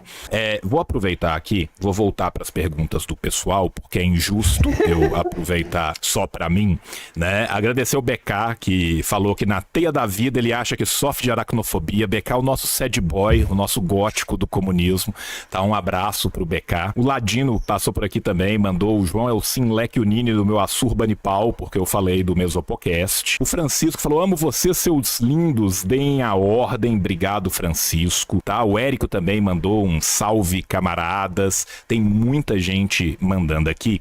Teve uma pergunta aqui do chat, deixa eu só tentar colocar ela aqui na tela, tá? É porque o chat vai passando muito rápido e eu me perdi aqui. Calma. Tinha uma pergunta aqui que eu ia fazer. Essa é uma pergunta que é uma bobagem, mas que eu achei assim muito interessante. Por quê? Porque primeiro o pessoal veio e perguntou: Toretto, o que veio primeiro, o ovo ou a galinha?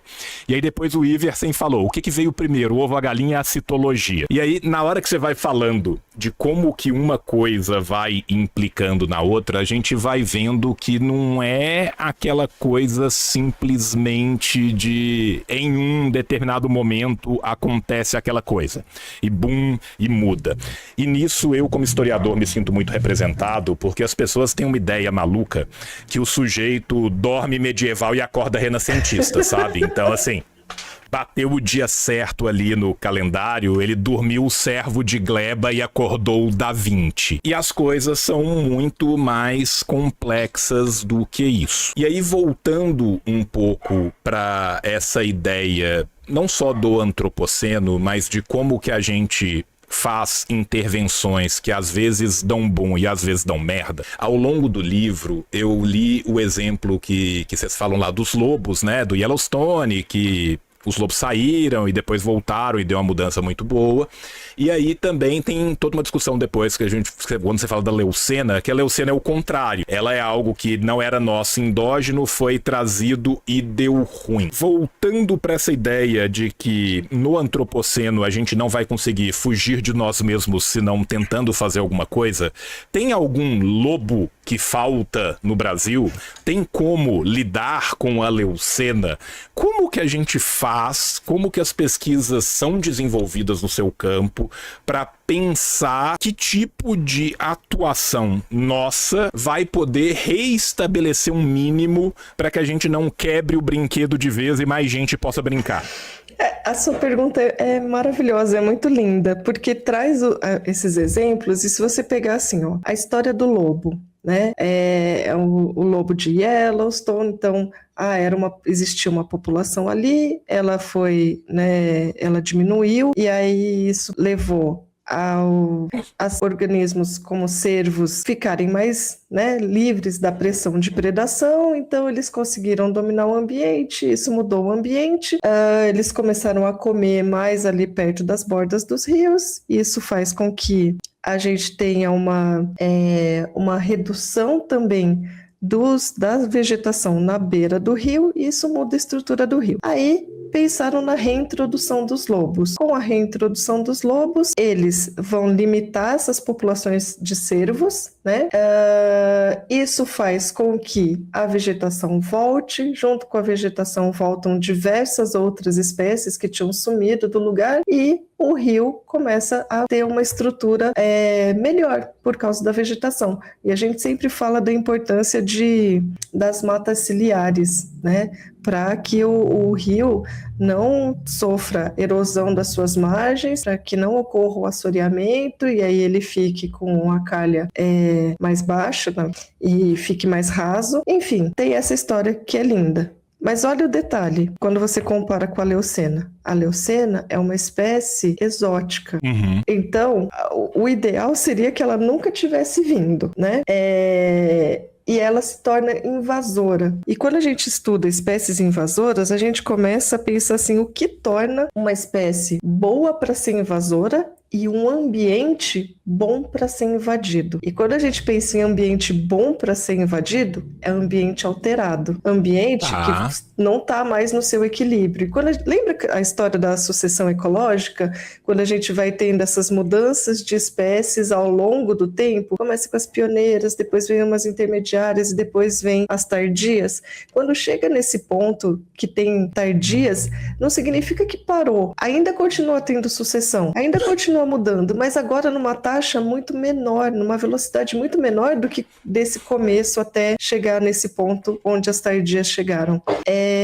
Esses ambientes que estão mais num ponto de uma taxa de sucessão menor, eles estão meio blindados para a chegada de uma espécie invasora. E as características da espécie invasora é se multiplicar muito bem em qualquer lugar, tolerar um monte de condições e variações de condições, até sombreamento. Então, eu gosto de sombreamento, tá bom, vou me dar bem ali, eu gosto de bastante luz, tá bom. Eu estudava uma planta chamada popularmente de algodão bravo. Essa eu não conheço. E ela ocorre lá no Pantanal, né? E ela foi levada para um monte de lugares, inclusive aqui em São Paulo, como ornamental. Então, se você olhar nas praças, tem essa planta. Chama Hipomea carnea fistulosa. E ela foi levada para um monte de lugar do mundo. Ela foi levada para o Egito, foi levada para o Havaí, porque ela é muito bonita. Ela tem uma flor rosa, bem bonita, e ela é arbustiva, então ela forma assim uns talos de onde saem umas folhas em forma de coração e uma flor cor-de-rosa bem bonita. Essa é uma planta muito, muito, muito braba, sabe? Ela é braba porque ela consegue se reproduzir sexuadamente, né? Por semente, né? Vai ter lá a florzinha, grão de pólen, chega na parte feminina, vai formar um frutinho, vai ter sementinha, mas ela também se reproduz assexuadamente, ou seja, um pedacinho dela que quebrar e cair em algum lugar, né, ela consegue ali enraizar e sair um novo indivíduo, clone do primeiro. Depois, ela é lá do Pantanal, então ela gosta de áreas alagadas. Significa que ela só vive em área alagada? Não, tem tanto que tem na praça aqui, né, em Campinas. Aí ela é cheia de compostos defensivos. Ela tem toxinas que vão ser neurotóxicas para vertebrado, por isso que ela é chamada de algodão bravo, porque ela é tóxica para o gado, mas ela também se defende de insetos, de qualquer herbívoro que tente comê-la. Isso porque plantas são muito das danadas. Lembra quando a gente fala que a gente tem um pacotinho genético que veio do pai e um pacotinho genético que veio da mãe? Então nós somos 2N. Nas plantas, elas podem ser 5N, 10N. Sabe, assim? Caramba. Elas são poliploides. E aí você fica, meu Deus, elas vão acumulando um monte de características que podem ser muito interessantes ou não. E quando são muito interessantes, elas são umas feras. Então, chegar uma planta que foge dos seus inimigos naturais lá no seu ambiente e chega aqui num ambiente alterado, que não tá assim no seu máximo, que tá que não tem os predadores dela, que as plantas não estão no seu máximo competitivo, ela domina e não tem o que fazer depois que, quer dizer, tem, né? A gente vai tentar. Sim, né? Vai tentar segurar ela, mas é quase impossível. E aí, quando a gente fala, ainda a gente tá falando assim, de uma planta que é um organismo séssil, né? Um organismo que fica parado. Lógico que quando a gente pensa em sementes, ainda mais, né, leucena, a gente tá pensando em esporos e, enfim, como que a gente segura um dragãozão desse? Não segura, né? Assim, a ideia é que não segurou na hora que devia e agora meio que deu ruim, eu imagino. Né? É meio assustador quando a gente pensa em espécie exótica com potencial invasor. Tanto que, se eu não me engano, quando a gente vai ver potencial invasor, hoje os órgãos, né, responsáveis por isso, eles já falou assim, se a planta é exótica, a gente já considera ela como potencialmente invasora antes que dê caca. A gente já assume o pior dela. Mila, vou aproveitar que é uma pergunta que o Denizão colocou aqui. Ele colocou duas, eu vou falar das duas, tá? Primeiro, eu não vou conseguir colocar aqui mais no chat, porque o chat está indo muito rápido. Vocês estão mandando mensagem demais, por favor, continuem. Não é problema, tá? Primeiro ele falou, minha irmã tem autismo leve, ela não é muito de ler, será que ela vai gostar? Consegue ler o livro? Ela gosta muito de animais e tal. Denis, só pra te mostrar aqui, eu vou aproveitar, tá? Esse aqui é um pedaço do livro que eu tô trazendo aqui, só pra vocês terem ideia da diagramação, do tanto que o livro é bonito por dentro, tá? Então assim, tem figuras? Tem figuras. Então, por exemplo, você chega aqui nos capítulos, tem as figuras são lindas, são maravilhosas, é uma coisa de louco. Mas é muito texto. Aí eu acho que você tem que considerar, né, os limites da sua irmã e pensar o quanto que ela vai estar no hiperfoco dela ou não. O que eu vou te falar aqui de coração? Por mais que tenha uma parte grande de texto, que existam explicações que sejam mais complexas, o livro é user-friendly, tá? Alguém que não sabe do assunto é puxado pela mão e as coisas vão se complexificando e vão voltando no sentido de que uma explicação facilita a compreensão da próxima. Então eu acho que dependendo de como que for o autismo dela, é óbvio que eu tô pensando aqui na regra, 84% das pessoas dentro do espectro têm deficiência mental. Então é provável que talvez sua irmã tenha alguma dificuldade a mais, mas acho que se você for junto com ela e for do interesse dela, ela consegue ir. Aproveitando aqui também para mostrar a beleza gráfica do livro em si e lembrar para vocês que o Catarse ainda está aberto e estará por mais um mês. Já está chegando em quase 400 pessoas já, né? Um projeto que já é um projeto vencedor e que daqui para frente só acumula mais coisa, né? Então tem essa vantagem. O link tá aí no chat, é só você meter o comando TEIA que vai aparecer o link. Indo para a sua segunda pergunta, e é uma pergunta, cara, que apareceu de várias formas diferentes aqui no chat, que é a de modificações genéticas que a gente vai fazendo em plantas e em outras coisas, que acabam voltando para dentro da gente, porque a gente come elas, né? E aí o pessoal falou, pô, alface hoje é modificado, é bom. Taioba é modificado, é bom. E aí eu fiquei pensando assim, se por um lado a gente olha para banana primitiva, cheia de sementes gigantes, e fala, que merda que devia ser comer uma banana primitiva. Do outro lado, quando a gente olha para um lobo e depois olha para um pug e para um pincher, a gente fala assim, porra, fizemos merda aqui, né? Fizemos caca. Aí eu passo para nossa especialista, dona Mila, para que ela possa nos falar. Nós fizemos menos ou mais merda em relação aos bichos que nós come do que dos bichos que nós chama de pet? Então, é que... Ai, João. Desculpa. Porque assim, mas você entende a dúvida que a gente fica? Porque a gente fala assim, porra, beleza, é modificado. Pô, a Embrapa vai lá e fala, não, agora esse sorgo vai dar muito mais nutrientes pro boizinho e não sei o quê. E ao mesmo tempo, você olha pro pug sem conseguir respirar e você fala assim, será, cara? Será que esse sorgo é o pug do proto-sorgo da antiguidade? Então, olha você me fazendo ser polêmica e cancelada. Desculpa. Em relação aos pets, eu morro de dó dos pets, sabe? Eu acho que a gente nem devia ter pet. Eu entendo, eu tenho meus pets, né? Vai ser um momento meio hipocrisia aqui também, mas quanto mais eu entendo biologia, ecologia, comportamento, eu vejo o quão cruel a gente é com eles, né? Quando a gente começa a ver, assim, cachorro é um organismo social, né? É um bichinho social, vem de um ancestral social. Tá bom que hoje o social deles é com a gente, mas evolutivamente ele é um bichinho para ficar com outros cachorrinhos, com outro, né? Um lobo para ficar com outros lobinhos. E a gente tira ele desse cenário. E fazendo as adaptações, né? Fazendo a seleção artificial que a gente fez com os cruzamentos para ter características que são mais interessantes para a gente do que características que podiam ser interessantes evolutivamente, né, do ponto de vista natural, eu fico com muita dó, sabe?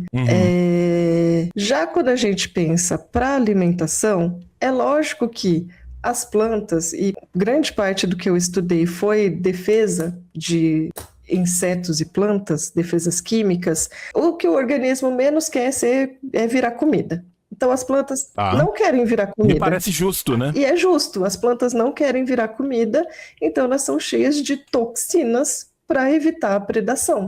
Algumas, e são toxinas específicas para o principal predador dela, a principal pressão seletiva que ela sofreu ao longo da sua história evolutiva. O que significa que a gente fazer esse tipo de seleção para a nossa alimentação, ela é muito interessante, porque essas plantas, na sua versão ancestral, elas não eram as mais amigáveis, né? Elas tentavam matar a gente de várias formas, seja com uma estrutura, né? Seja impedindo que a gente colete elas com um espinho ou com uns cristais que vão deixá-la mais áspera, e isso vai gastar mais nossos dentes, o que acontece com outros herbívoros, ou com toxinas pesadíssimas. Então, quando a gente pensa assim na história da batata, a batata era super tóxica, não era pra gente estar comendo esse trem, mas a gente conseguiu, né, cultivar batatas, tanto que as versões, acho que mais ancestrais, ainda são levemente tóxicas. E hoje a gente... E desculpa, Mila, só te interromper. Pra mim, o mais fascinante de todos é a maniçoba, né? Que você tem que passar 7 dias cozinhando a maniçoba. E eu fico pensando assim... Pra descobrir isso, gente, quantas pessoas morreram, saca? É tipo assim, galera, vem todo mundo aqui. Dessa vez eu cozinhei 5 dias, não tem como dar errado. Jairo, come você primeiro. Aí 2 semanas depois, gente, estamos aqui reunidos com a família do Jairo, que descansa em paz. Dessa vez foram 6 dias. Ou isso era usado como arma química, e aí um dia perdia o efeito, e aí você falou, olha, depois desse dia... não funciona mais. Enfim, mas a batata é a mesma coisa. A gente ficou observando outros animais, como é que eles conseguiam comer, o que eles faziam? Comia argila junto, porque daí a argila absorvia as toxinas e aí a gente eliminava a toxina sem absorver no nosso corpo. Cozinhava... né, N coisas, até a gente entender quais eram as variedades mais tóxicas, menos tóxicas, e isso surge nas Américas, e depois é levado para a Europa, e de lá a batata se expande como um alimento super nutritivo. Gente, só lembrei de vaca láctea, lembra? Super nutritivo. Deixa eu só falar uma coisa aqui, desculpa, vou te interromper de novo, porque me chamaram a atenção. Eu falei deficiência mental em vez de deficiência intelectual. Desculpa, Denizão, desculpa, sua irmã, é o burro velho que falou errado aqui, tá? Eu tô partindo do pressuposto que eu tenha falado porque me perguntaram, não seria deficiência intelectual em vez de mental? Sim, o correto seria isso. Então, desculpa aí o vacilo do tio. Pode voltar, Mila. Não, mas muito bom parar. Pera, onde a gente estava na pergunta?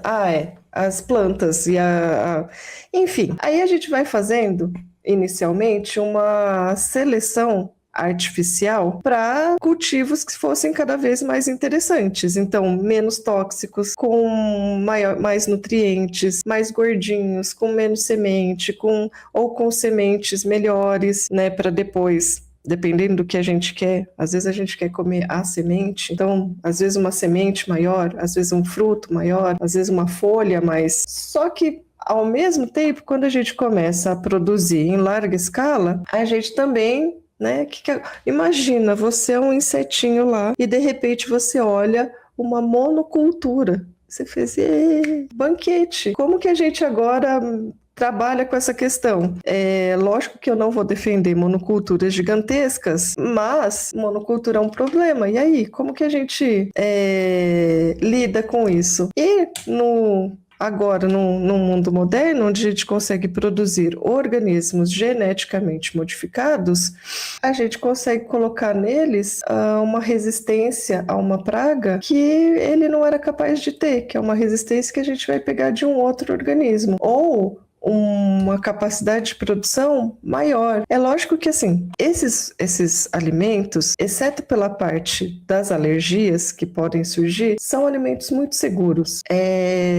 Eu não acho que o organismo geneticamente modificado seja um problema em relação à segurança para o consumo. Uhum. A gente tem que pensar que essas lavouras, quanto mais elas tiram de recurso do solo, ainda mais uma monocultura, pior o solo fica, pior o ambiente fica. E a gente volta para o livro lá do Wycliffe, da economia da natureza, sabe? A gente tem que pensar que a gente está num sistema fechadinho aqui. E se você está tirando muito, como é que isso volta? Aí vai voltar na forma de fertilizante, mas daí fertilizante é um problema. E aí tá vendo que a gente está tentando tapar o buraco toda hora porque a gente está fazendo uma caca, desequilibrando, sendo que se a gente voltasse e pensasse como eram as coisas antes da gente tentar ter culturas de integração, floresta, pecuária, lavoura, que são muito, muito mais interessantes, que são produtivas, que funcionam, que têm um controle das pragas,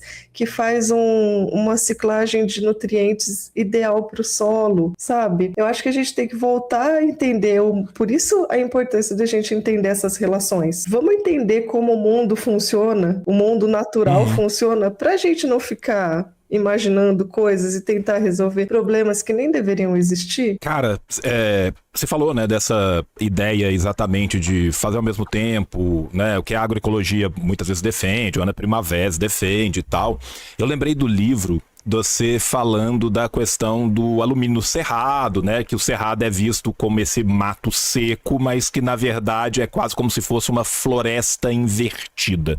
E aí eu queria que você falasse um pouco da destruição do bioma do cerrado e da relação disso com água para o resto do país, que a água é uma coisa muito importante, né? E a gente sabe que água é importante não para a gente urinar coletivamente no banho único de 18 pessoas, porque quem tá pegando água de verdade não somos eu, o Emílio e os outros 16 gringos que a gente chamou pro banho, mas sim o agronegócio.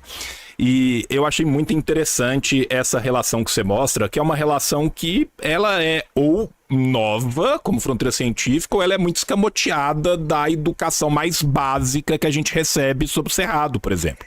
Eu, quando estudei bioma, não tinha ideia disso, sabe? Floresta invertida como? A Heloísa tá perguntando. Então eu achei uma das coisas interessantíssimas que você colocou no livro, se você pudesse contar um pouco pra gente, né? Então, olha, foi na graduação que eu vi isso. Eu também não vi isso tão bem no ensino médio. E um dia eu estava na biblioteca, era na biblioteca, estava tendo uma feira de livros, estavam vendendo lá, e eu achei um livrinho chamado Eugene Warming e o Cerrado, que era um cara, um gringo que veio estudar o Brasil, né, e foi parar no Cerrado, e aí ele estava lá explicando o Cerrado, e o Cerrado é maravilhoso. Nem foi só dessas observações dele, porque ele era mais naturalista, mas de outros trabalhos que, lógico, depois quem se interessa para ler mais sobre o Cerrado vai ver como ele é incrível. E talvez eu fico sempre numa dúvida qual é o meu bioma predileto brasileiro, e acho que por estar numa zona de transição entre Mata Atlântica e Cerrado, eu fiquei entre os dois. Mas por que ele é uma floresta invertida? Primeiro, ele está numa região onde a gente tem uma sazonalidade muito marcada, ou seja, a gente tem épocas muito marcadas de ou um ambiente muito seco ou um ambiente muito úmido, que é com a chegada das chuvas. Desculpa o me interrupt, mas como morador do interior de Minas, já foi a época, tá? Já foi. Já foi a época. Eu sou do Centro-Oeste Mineiro, Grande Sertão Veredas, Cerradaço ali, e infelizmente vou te falar que as chuvas estão cada dia mais randômicas. Mas isso aí, assim, já mudanças climáticas total, sabe? Os eventos adversos, eventos extremos. Mas, originalmente, é um bioma que evoluiu assim, né? Com mais tempo disso, de uma seca muito marcada e um período de chuva muito, muito intenso. E, além disso, numa área onde é quente, né? Então, é uma região tropical, que recebe bastante energia solar, tem bastante solzinho, e aí as plantas ali, como elas tiveram que se adaptar para esse período de seca? Para o período de chuva, tudo bem, mas e para o período de seca?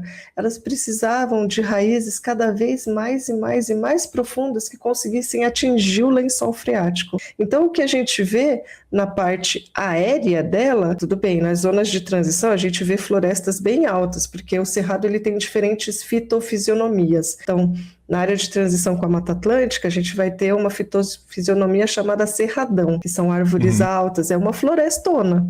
Mas o que a gente pensa mais de cerrado sensu stricto são árvores arbustivas, não são árvores, são arbustos, não é muito alto. Tem a questão delas serem retorcidas por várias razões. Em relação à quantidade de alumínio no solo, mas também porque é uma região que passa por incêndios naturais. E é lógico que quando tem a quebra de algum galho, depois vai ter uma rebrota ali, ele já nasce meio diferentinho, com umas curvinhas. Então tem esse retorcimento por causa do solo e por causa das queimadas. Mas as raízes são enormes. Então, se na parte aérea é uma vegetação não muito alta, na parte subterrânea, no solo, as raízes são muito longas, por isso que é uma floresta invertida.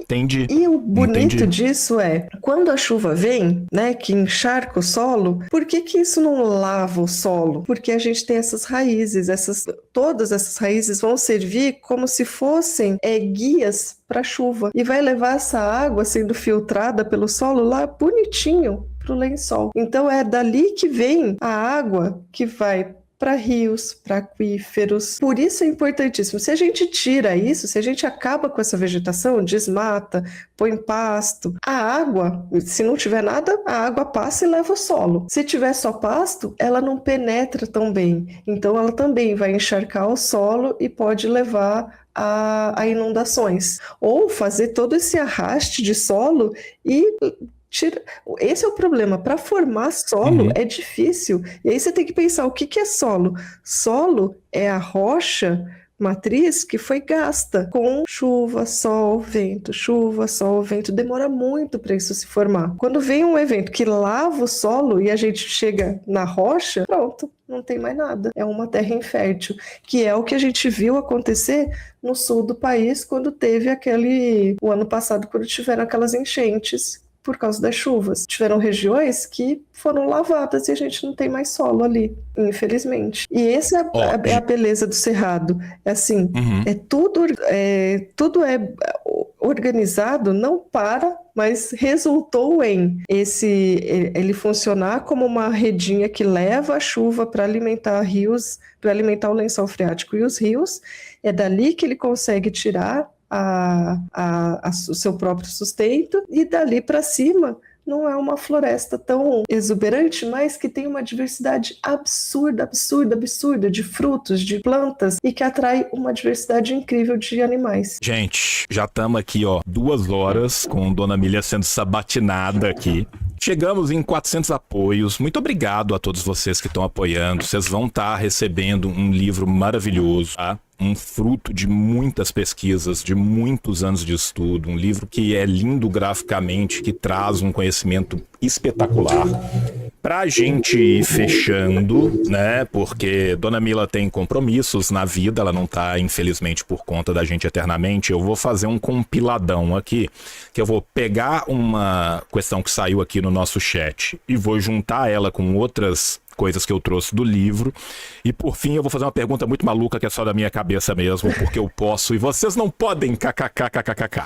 O Iversen falou aqui, e é muito verdade, fuderam os 6 biomas latinos. Tem uns que já foram 80% por ralo, desmatado, milhares de anos de cultivo, de agricultura, biodiversidade, 100, 200 anos, os noia chega e dizima, bate a deprê. Ao mesmo tempo que a gente tem isso, você trouxe um dado que eu achei muito interessante no livro, que é o aumento taxonômico, né? O quanto de novas espécies, de novas coisas a gente vem descobrindo nos últimos tempos que a gente sequer sabia, sequer tinha nomeado e tinha colocado ali. Então, de um lado, nós temos uma perda gigantesca que é causada pela gente, do outro, a gente tem esse avanço da ciência tentando catalogar para que, uma vez catalogado, possa ser de alguma forma preservado. Uma outra coisa que você traz no livro que eu achei muito interessante, e aí o nerd que habita em mim, né, agradece, é o momento Guia dos Mochileiros das Galáxias, onde você fala dos 42 da biosfera, que a gente monopoliza quase metade de toda a energia produzida pelas plantas da Terra e que, obviamente, tem um limite de funcionalidade nisso. Eu queria que você falasse pra gente, nessa briga entre o que a gente faz de merda, o que a gente tenta preservar e o tanto que a gente pode ou não esticar essa corda, o quão perto que a gente tá de esticar essa corda em volta do pescoço num ponto de não retorno. Quão necessária é essa mudança? Porque a gente aqui no canal tá sempre falando de política, uma coisa que a gente fala o tempo inteiro é disso, que nós estamos estragando o brinquedo e que isso tem um custo muito caro. E as pessoas acham que às vezes a tecnologia, tá muito mais avançada do que tá, e dois, é capaz de muito mais coisa do que ela vai. Da mesma forma que a gente não vai terraformar Marte nos próximos 50 ou 100 anos, e com boa sorte não vai fazê-lo nos próximos 500, a gente tá muito perto de passar de alguns pontos de não retorno com isso. Então eu queria que você desse pra gente ir fechando um escopo maior dessa situação como um todo. Então, a gente tá tipo, a mudança tem que ser para ontem, sabe? Porque quando a gente fala lá de temperatura, né, de temperatura média da Terra em aquecimento global, a gente tinha estabelecido, olha, melhor a gente não passar desse tanto aqui, ó. E aí, conforme a gente vai entendendo melhor e vai fazendo mais estudos, esse tanto aqui tá diminuindo. A gente tá entendendo que assim, a gente não tá com tanta folga, não. E a gente tá chegando já nesse tanto aí. Então a gente tinha falado primeiro, melhor a gente não passar de 1,5, né? Mas assim, o limite seria 2. 2 estaria ruim, mas a gente ainda conseguiria voltar. Agora não é mais 2 para alguns estudos, tá bom? Não vou falar que já é um consenso, mas alguns estudos já falam que o ideal seria não passar de 1,7 graus a mais, né, na média da temperatura da Terra, considerando o período pré-industrial.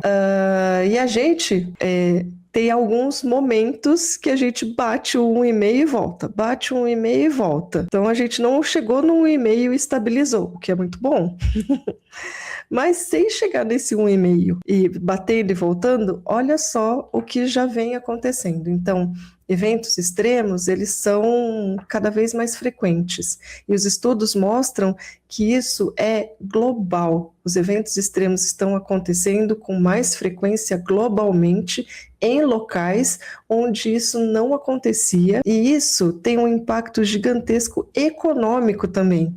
Porque imagina assim, quando a gente tinha um evento extremo num ponto, evento extremo sempre ocorreu, tá? Então a gente tinha um evento extremo num ponto e o outro ponto não tinha, o outro ponto podia dar esse suporte para o primeiro, né? Ou, aconteceu alguma coisa ruim aqui, dá para as pessoas migrarem desse lugar para outro? Ok, mas agora a gente está quase ficando sem lugar, né? A gente está quase ficando sem lugar para produzir. Então, lavouras, pecuária, ou mesmo indústrias, a gente está vendo, e moradias. As pessoas, daqui a pouco, a gente não vai ter muito lugar para onde correr, não. Porque a gente está vendo evento extremo em tudo que é lugar. Isso tem um impacto em transporte, né? Até de coisas indo de um lugar para o outro, de mercadorias. A gente já fala que alguns estudos já mostram que, assim, isso tem um impacto não só mais local, mas global, e que os erros que a gente comete na ciência, né, era ter olhado isso de uma forma muito localizada e não ter pensado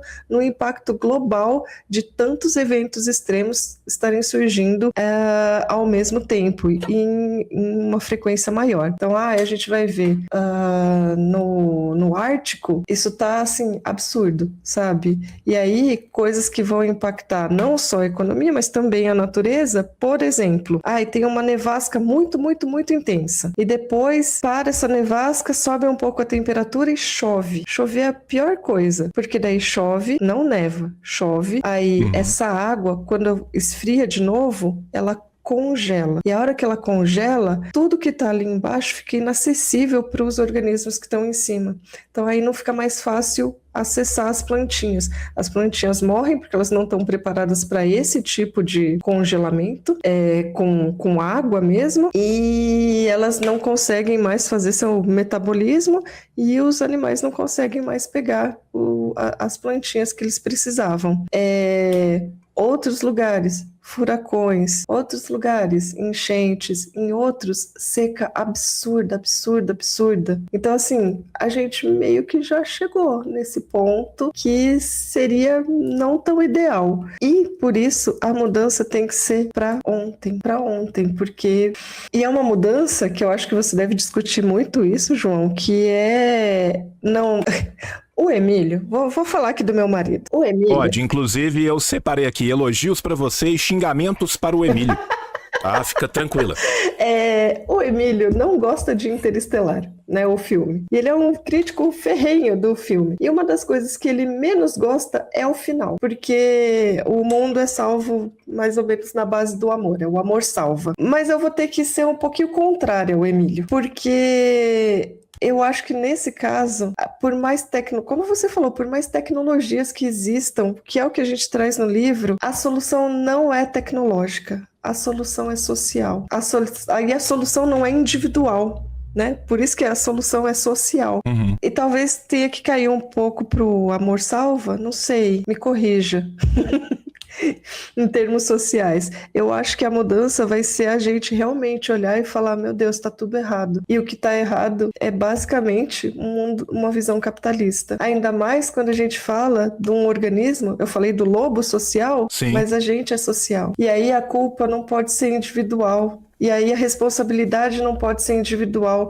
E aí a gente não pode carregar todo esse peso sozinho. A gente tem que carregar esse peso junto. Porque como organismos sociais e cooperativos, e aí agora vem a parte bonita da cooperação, como seres cooperativos, a gente não faz nada individualmente.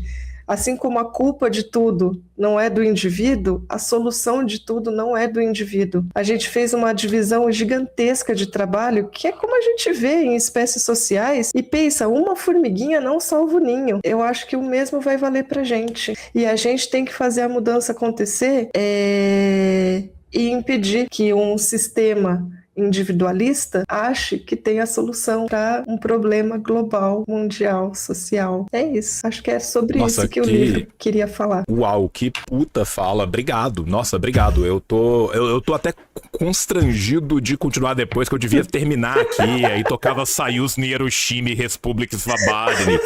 Aparecia a bandeira, a gente fechava, sabe? Nossa, não, que fala perfeita. Só para agradecer mais uma vez todo mundo que teve aqui com a gente vendo ao vídeo. Você que tá vendo o vídeo depois também, o Catarse continua aberto. Vá, compre, adquira o seu. É um baita livro que vale a pena demais. E como eu havia prometido, né, elogios à Milha, xingamentos ao menino Emílio. Então vamos lá, tá? Vamos separar aqui, ó. William, a Mila é incrível. Que pena que eu cheguei atrasado, mas estou voltando para assistir a live do começo. Antes dele, o Emerson. A Mila me lembra minha esposa. Faz amizade com meus amigos, depois fica mais importante do que eu no grupo. A Mila é muito melhor do que o Emílio. Entre parênteses, gosto do Emílio também, tá? Então, ficaram aqui os elogios, vamos para os xingamentos. Emílio, o seu erro foi porque você nasceu. Você fica fazendo menterupt na Mila, nos 3 elementos. Você não merece o Pirula e o Ruas. Esse aqui é o primeiro xingamento ao coitado do Emílio, do Daniel. E o segundo, a Wizzyblade voltou aqui. Foi uma hora que eu te interrompi e pedi desculpa. Ela falou assim: Man interrupting, que o Emílio faz com maestria na sua mulher. Denúncias, tá? Denúncias. Então fica aqui a denúncia, né? Gente, eu tô brincando aqui. Tá errado? Tá. Mas pensem também no TDAH do homem. Tem hora que é difícil. Tem hora que o tique e o teco estão estralando ali dentro. É muito difícil segurar. Eu tento segurar. Eu interrompo muita gente.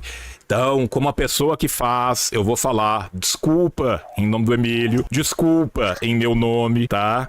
E obrigado pela sua paciência com todos nós lixos, né? Mila, tá? Ai, não, o pior é que eu acho que eu acostumei tanto, João, que eu já. Tem vezes que eu nem percebo. E eu entendo, em parte. Não tô passando pano pra vocês, não. Eu acho que realmente tem que parar de interromper as mulheres, não só a Camila, mas todas. Mas eu entendo. Gente, tem hora que eu mesma a ficar irritada que eu tô falando devagar as coisas, e eu vejo a agonia do Emílio querendo que eu chegue logo no ponto que ele acha que eu tenho que chegar, e aí ele começa a tentar me incentivar para ir, e eu só olho com aquela cara de, cara, não, calma, cada um no seu ritmo.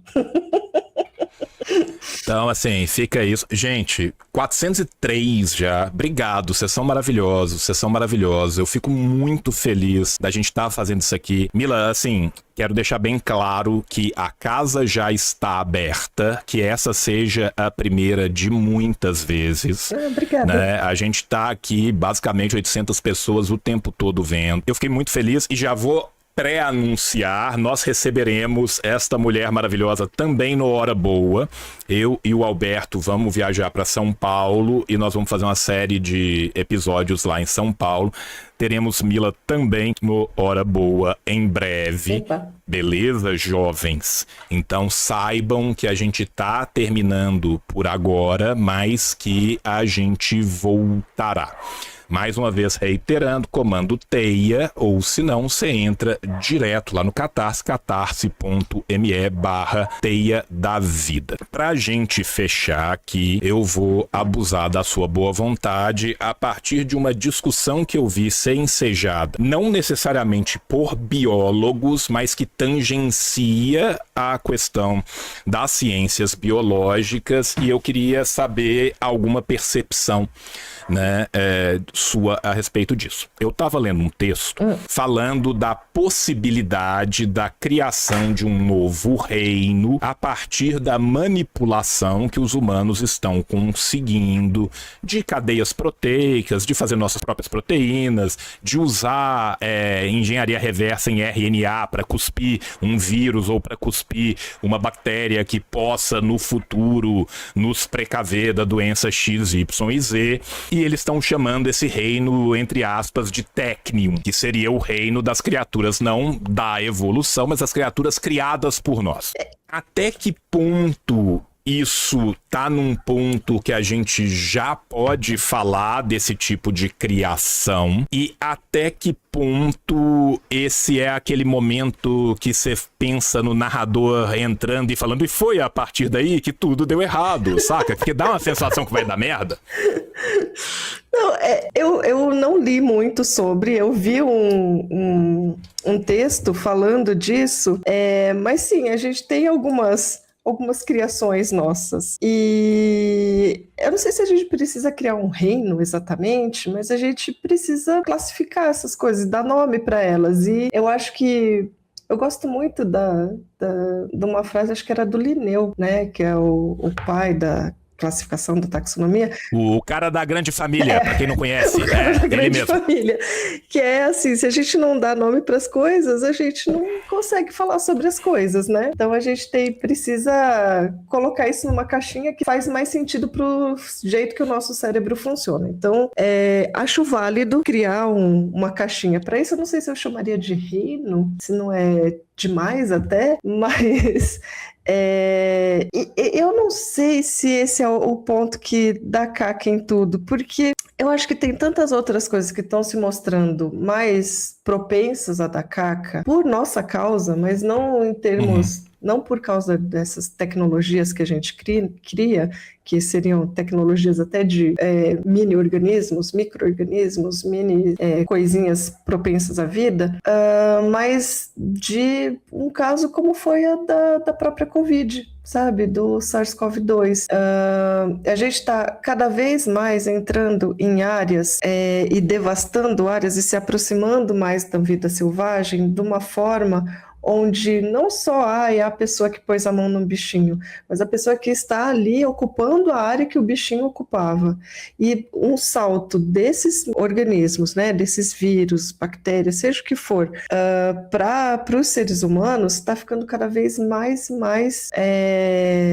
real. Então a gente fala, tá bom, teve o SARS-CoV, ainda tem uma dúvida se foi alguma coisa que fugiu de um laboratório. Tá bom, esquece SARS-CoV, vamos pensar agora em Mpox. Mpox é isso, né? É um salto de uma doença de animais, né, que passou, de animais não humanos, que passou para animal humano. Então a gente está criando um desequilíbrio onde a gente está invadindo espaços de forma que a gente não está conseguindo controlar essas doenças de pularem para a gente e virarem uma nova pandemia. E destruindo biomas, né? Porque, tipo assim, a gente derrete a calota e tem um vírus lá que a última vez que a gente lidou com ele foi há 20 mil anos atrás e ninguém tem nada para se proteger ali, fudeu. Exato. Então, assim, por que a gente tá falando de novo de varíola? Poxa, né? Tá bom, não é a varíola humana que dizimou a milhares, mas é isso, Nipah. Nipah é outro vírus que tá todo mundo, meu Deus.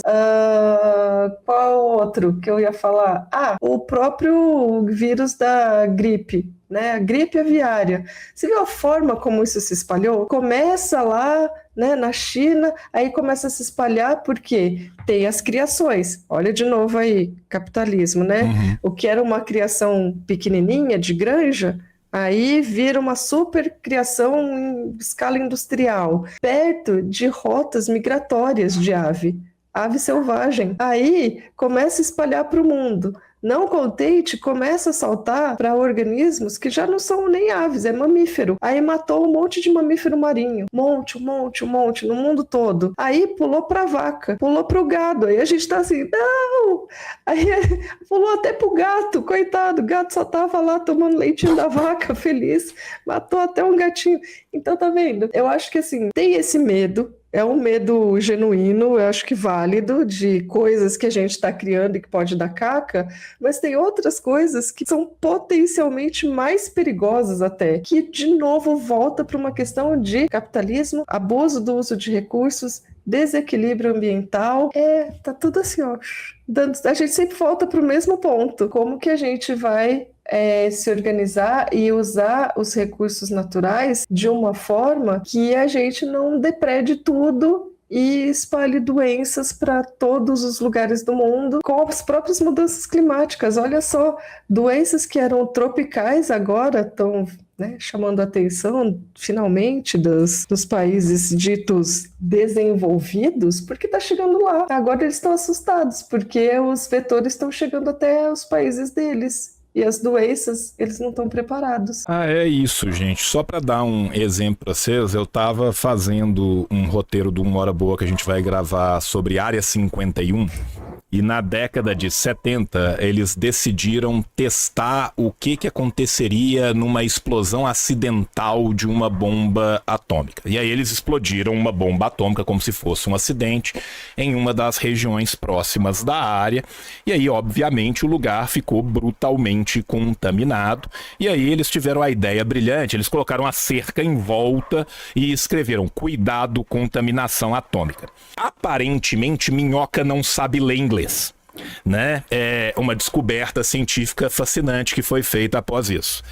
Também, por mais que estejam nos Estados Unidos, as aves também não sabiam ler inglês e continuaram comendo as minhocas. Resultado: 30 anos depois foram estudar o lugar e descobriram que tinha índices de várias coisas cancerígenas bizarras, desde a minhoca até as árvores, até os bichos da região e tudo mais. Então eles criaram um ambiente de Chernobyl para chamar deles, e aí eles finalmente enterraram tudo com cimento e foda-se os bichos que estão lá, tá? Essa é um exemplo, né, de como a gente vem lidando maravilhosamente com essas coisas. E este livro que a gente trouxe hoje aqui, o livro da Mila e do Reinaldo, com as ilustrações maravilhosas do Menino Pedro, é uma ferramenta pra gente compreender melhor o mundo e, a partir dessa compreensão, nos mobilizarmos para mudar esse mundo. Então, convido mais uma vez todos vocês a irem lá no catarse.me/Teia da Vida ou colocar o comando Teia.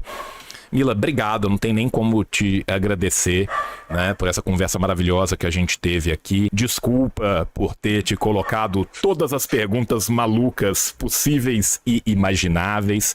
Agradecer a todo o nosso público que ficou aqui com a gente quase 2 horas e tanto aqui, nos ouvindo conversar essa conversa tão maravilhosa. Um beijo no coração de vocês. Por favor, fale agora, né? O pessoal que quer te seguir, que quer te ouvir, de todos os projetos, momento do jabá, e depois a gente termina. João, eu que tenho que agradecer pelo espaço. Foi muito, muito, muito bom poder conversar com você, poder ver o seu chat aqui, receber as perguntas, contar do livro, mas também contar um pouquinho das minhas aspirações em relação ao mundo e ecologia. Foi muito, muito, muito gostoso. Quem quiser ouvir mais as doidices da Mila, tem o podcast chamado Biologia em Meia Hora. Na verdade, eu devia mudar para mais ou menos em meia hora, porque eu sempre passo. Dá para ouvir no YouTube, no Spotify e várias outras plataformas de áudio. Eu também estou nos 3 Elementos com o Emílio, Carlos Ruas e o Pirulinha, querido, amado, que continua danado safado, mas está muito bem. Você falou que queria saber um pouquinho dele. Ele está super bem, está se recuperando, né? Precisa desse tempinho de tranquilidade. Acho que a gente está conseguindo, com a ajuda do público, proporcionar esse tempo de tranquilidade para a recuperação dele. E por último, e não menos importante, a gente tem o Blablalogia, que nasce aí de um coletivo, mas que agora sou eu e Emílio Garcia tocando esse canal. Mais o Emílio, porque eu tô mais com Biologia em Meia Hora. E é isso. Obrigada, querido. Obrigada pela oportunidade. Gente, obrigado obrigado a todo mundo que esteve aqui com a gente. Um beijo no coração de vocês. Até a próxima. E tchau.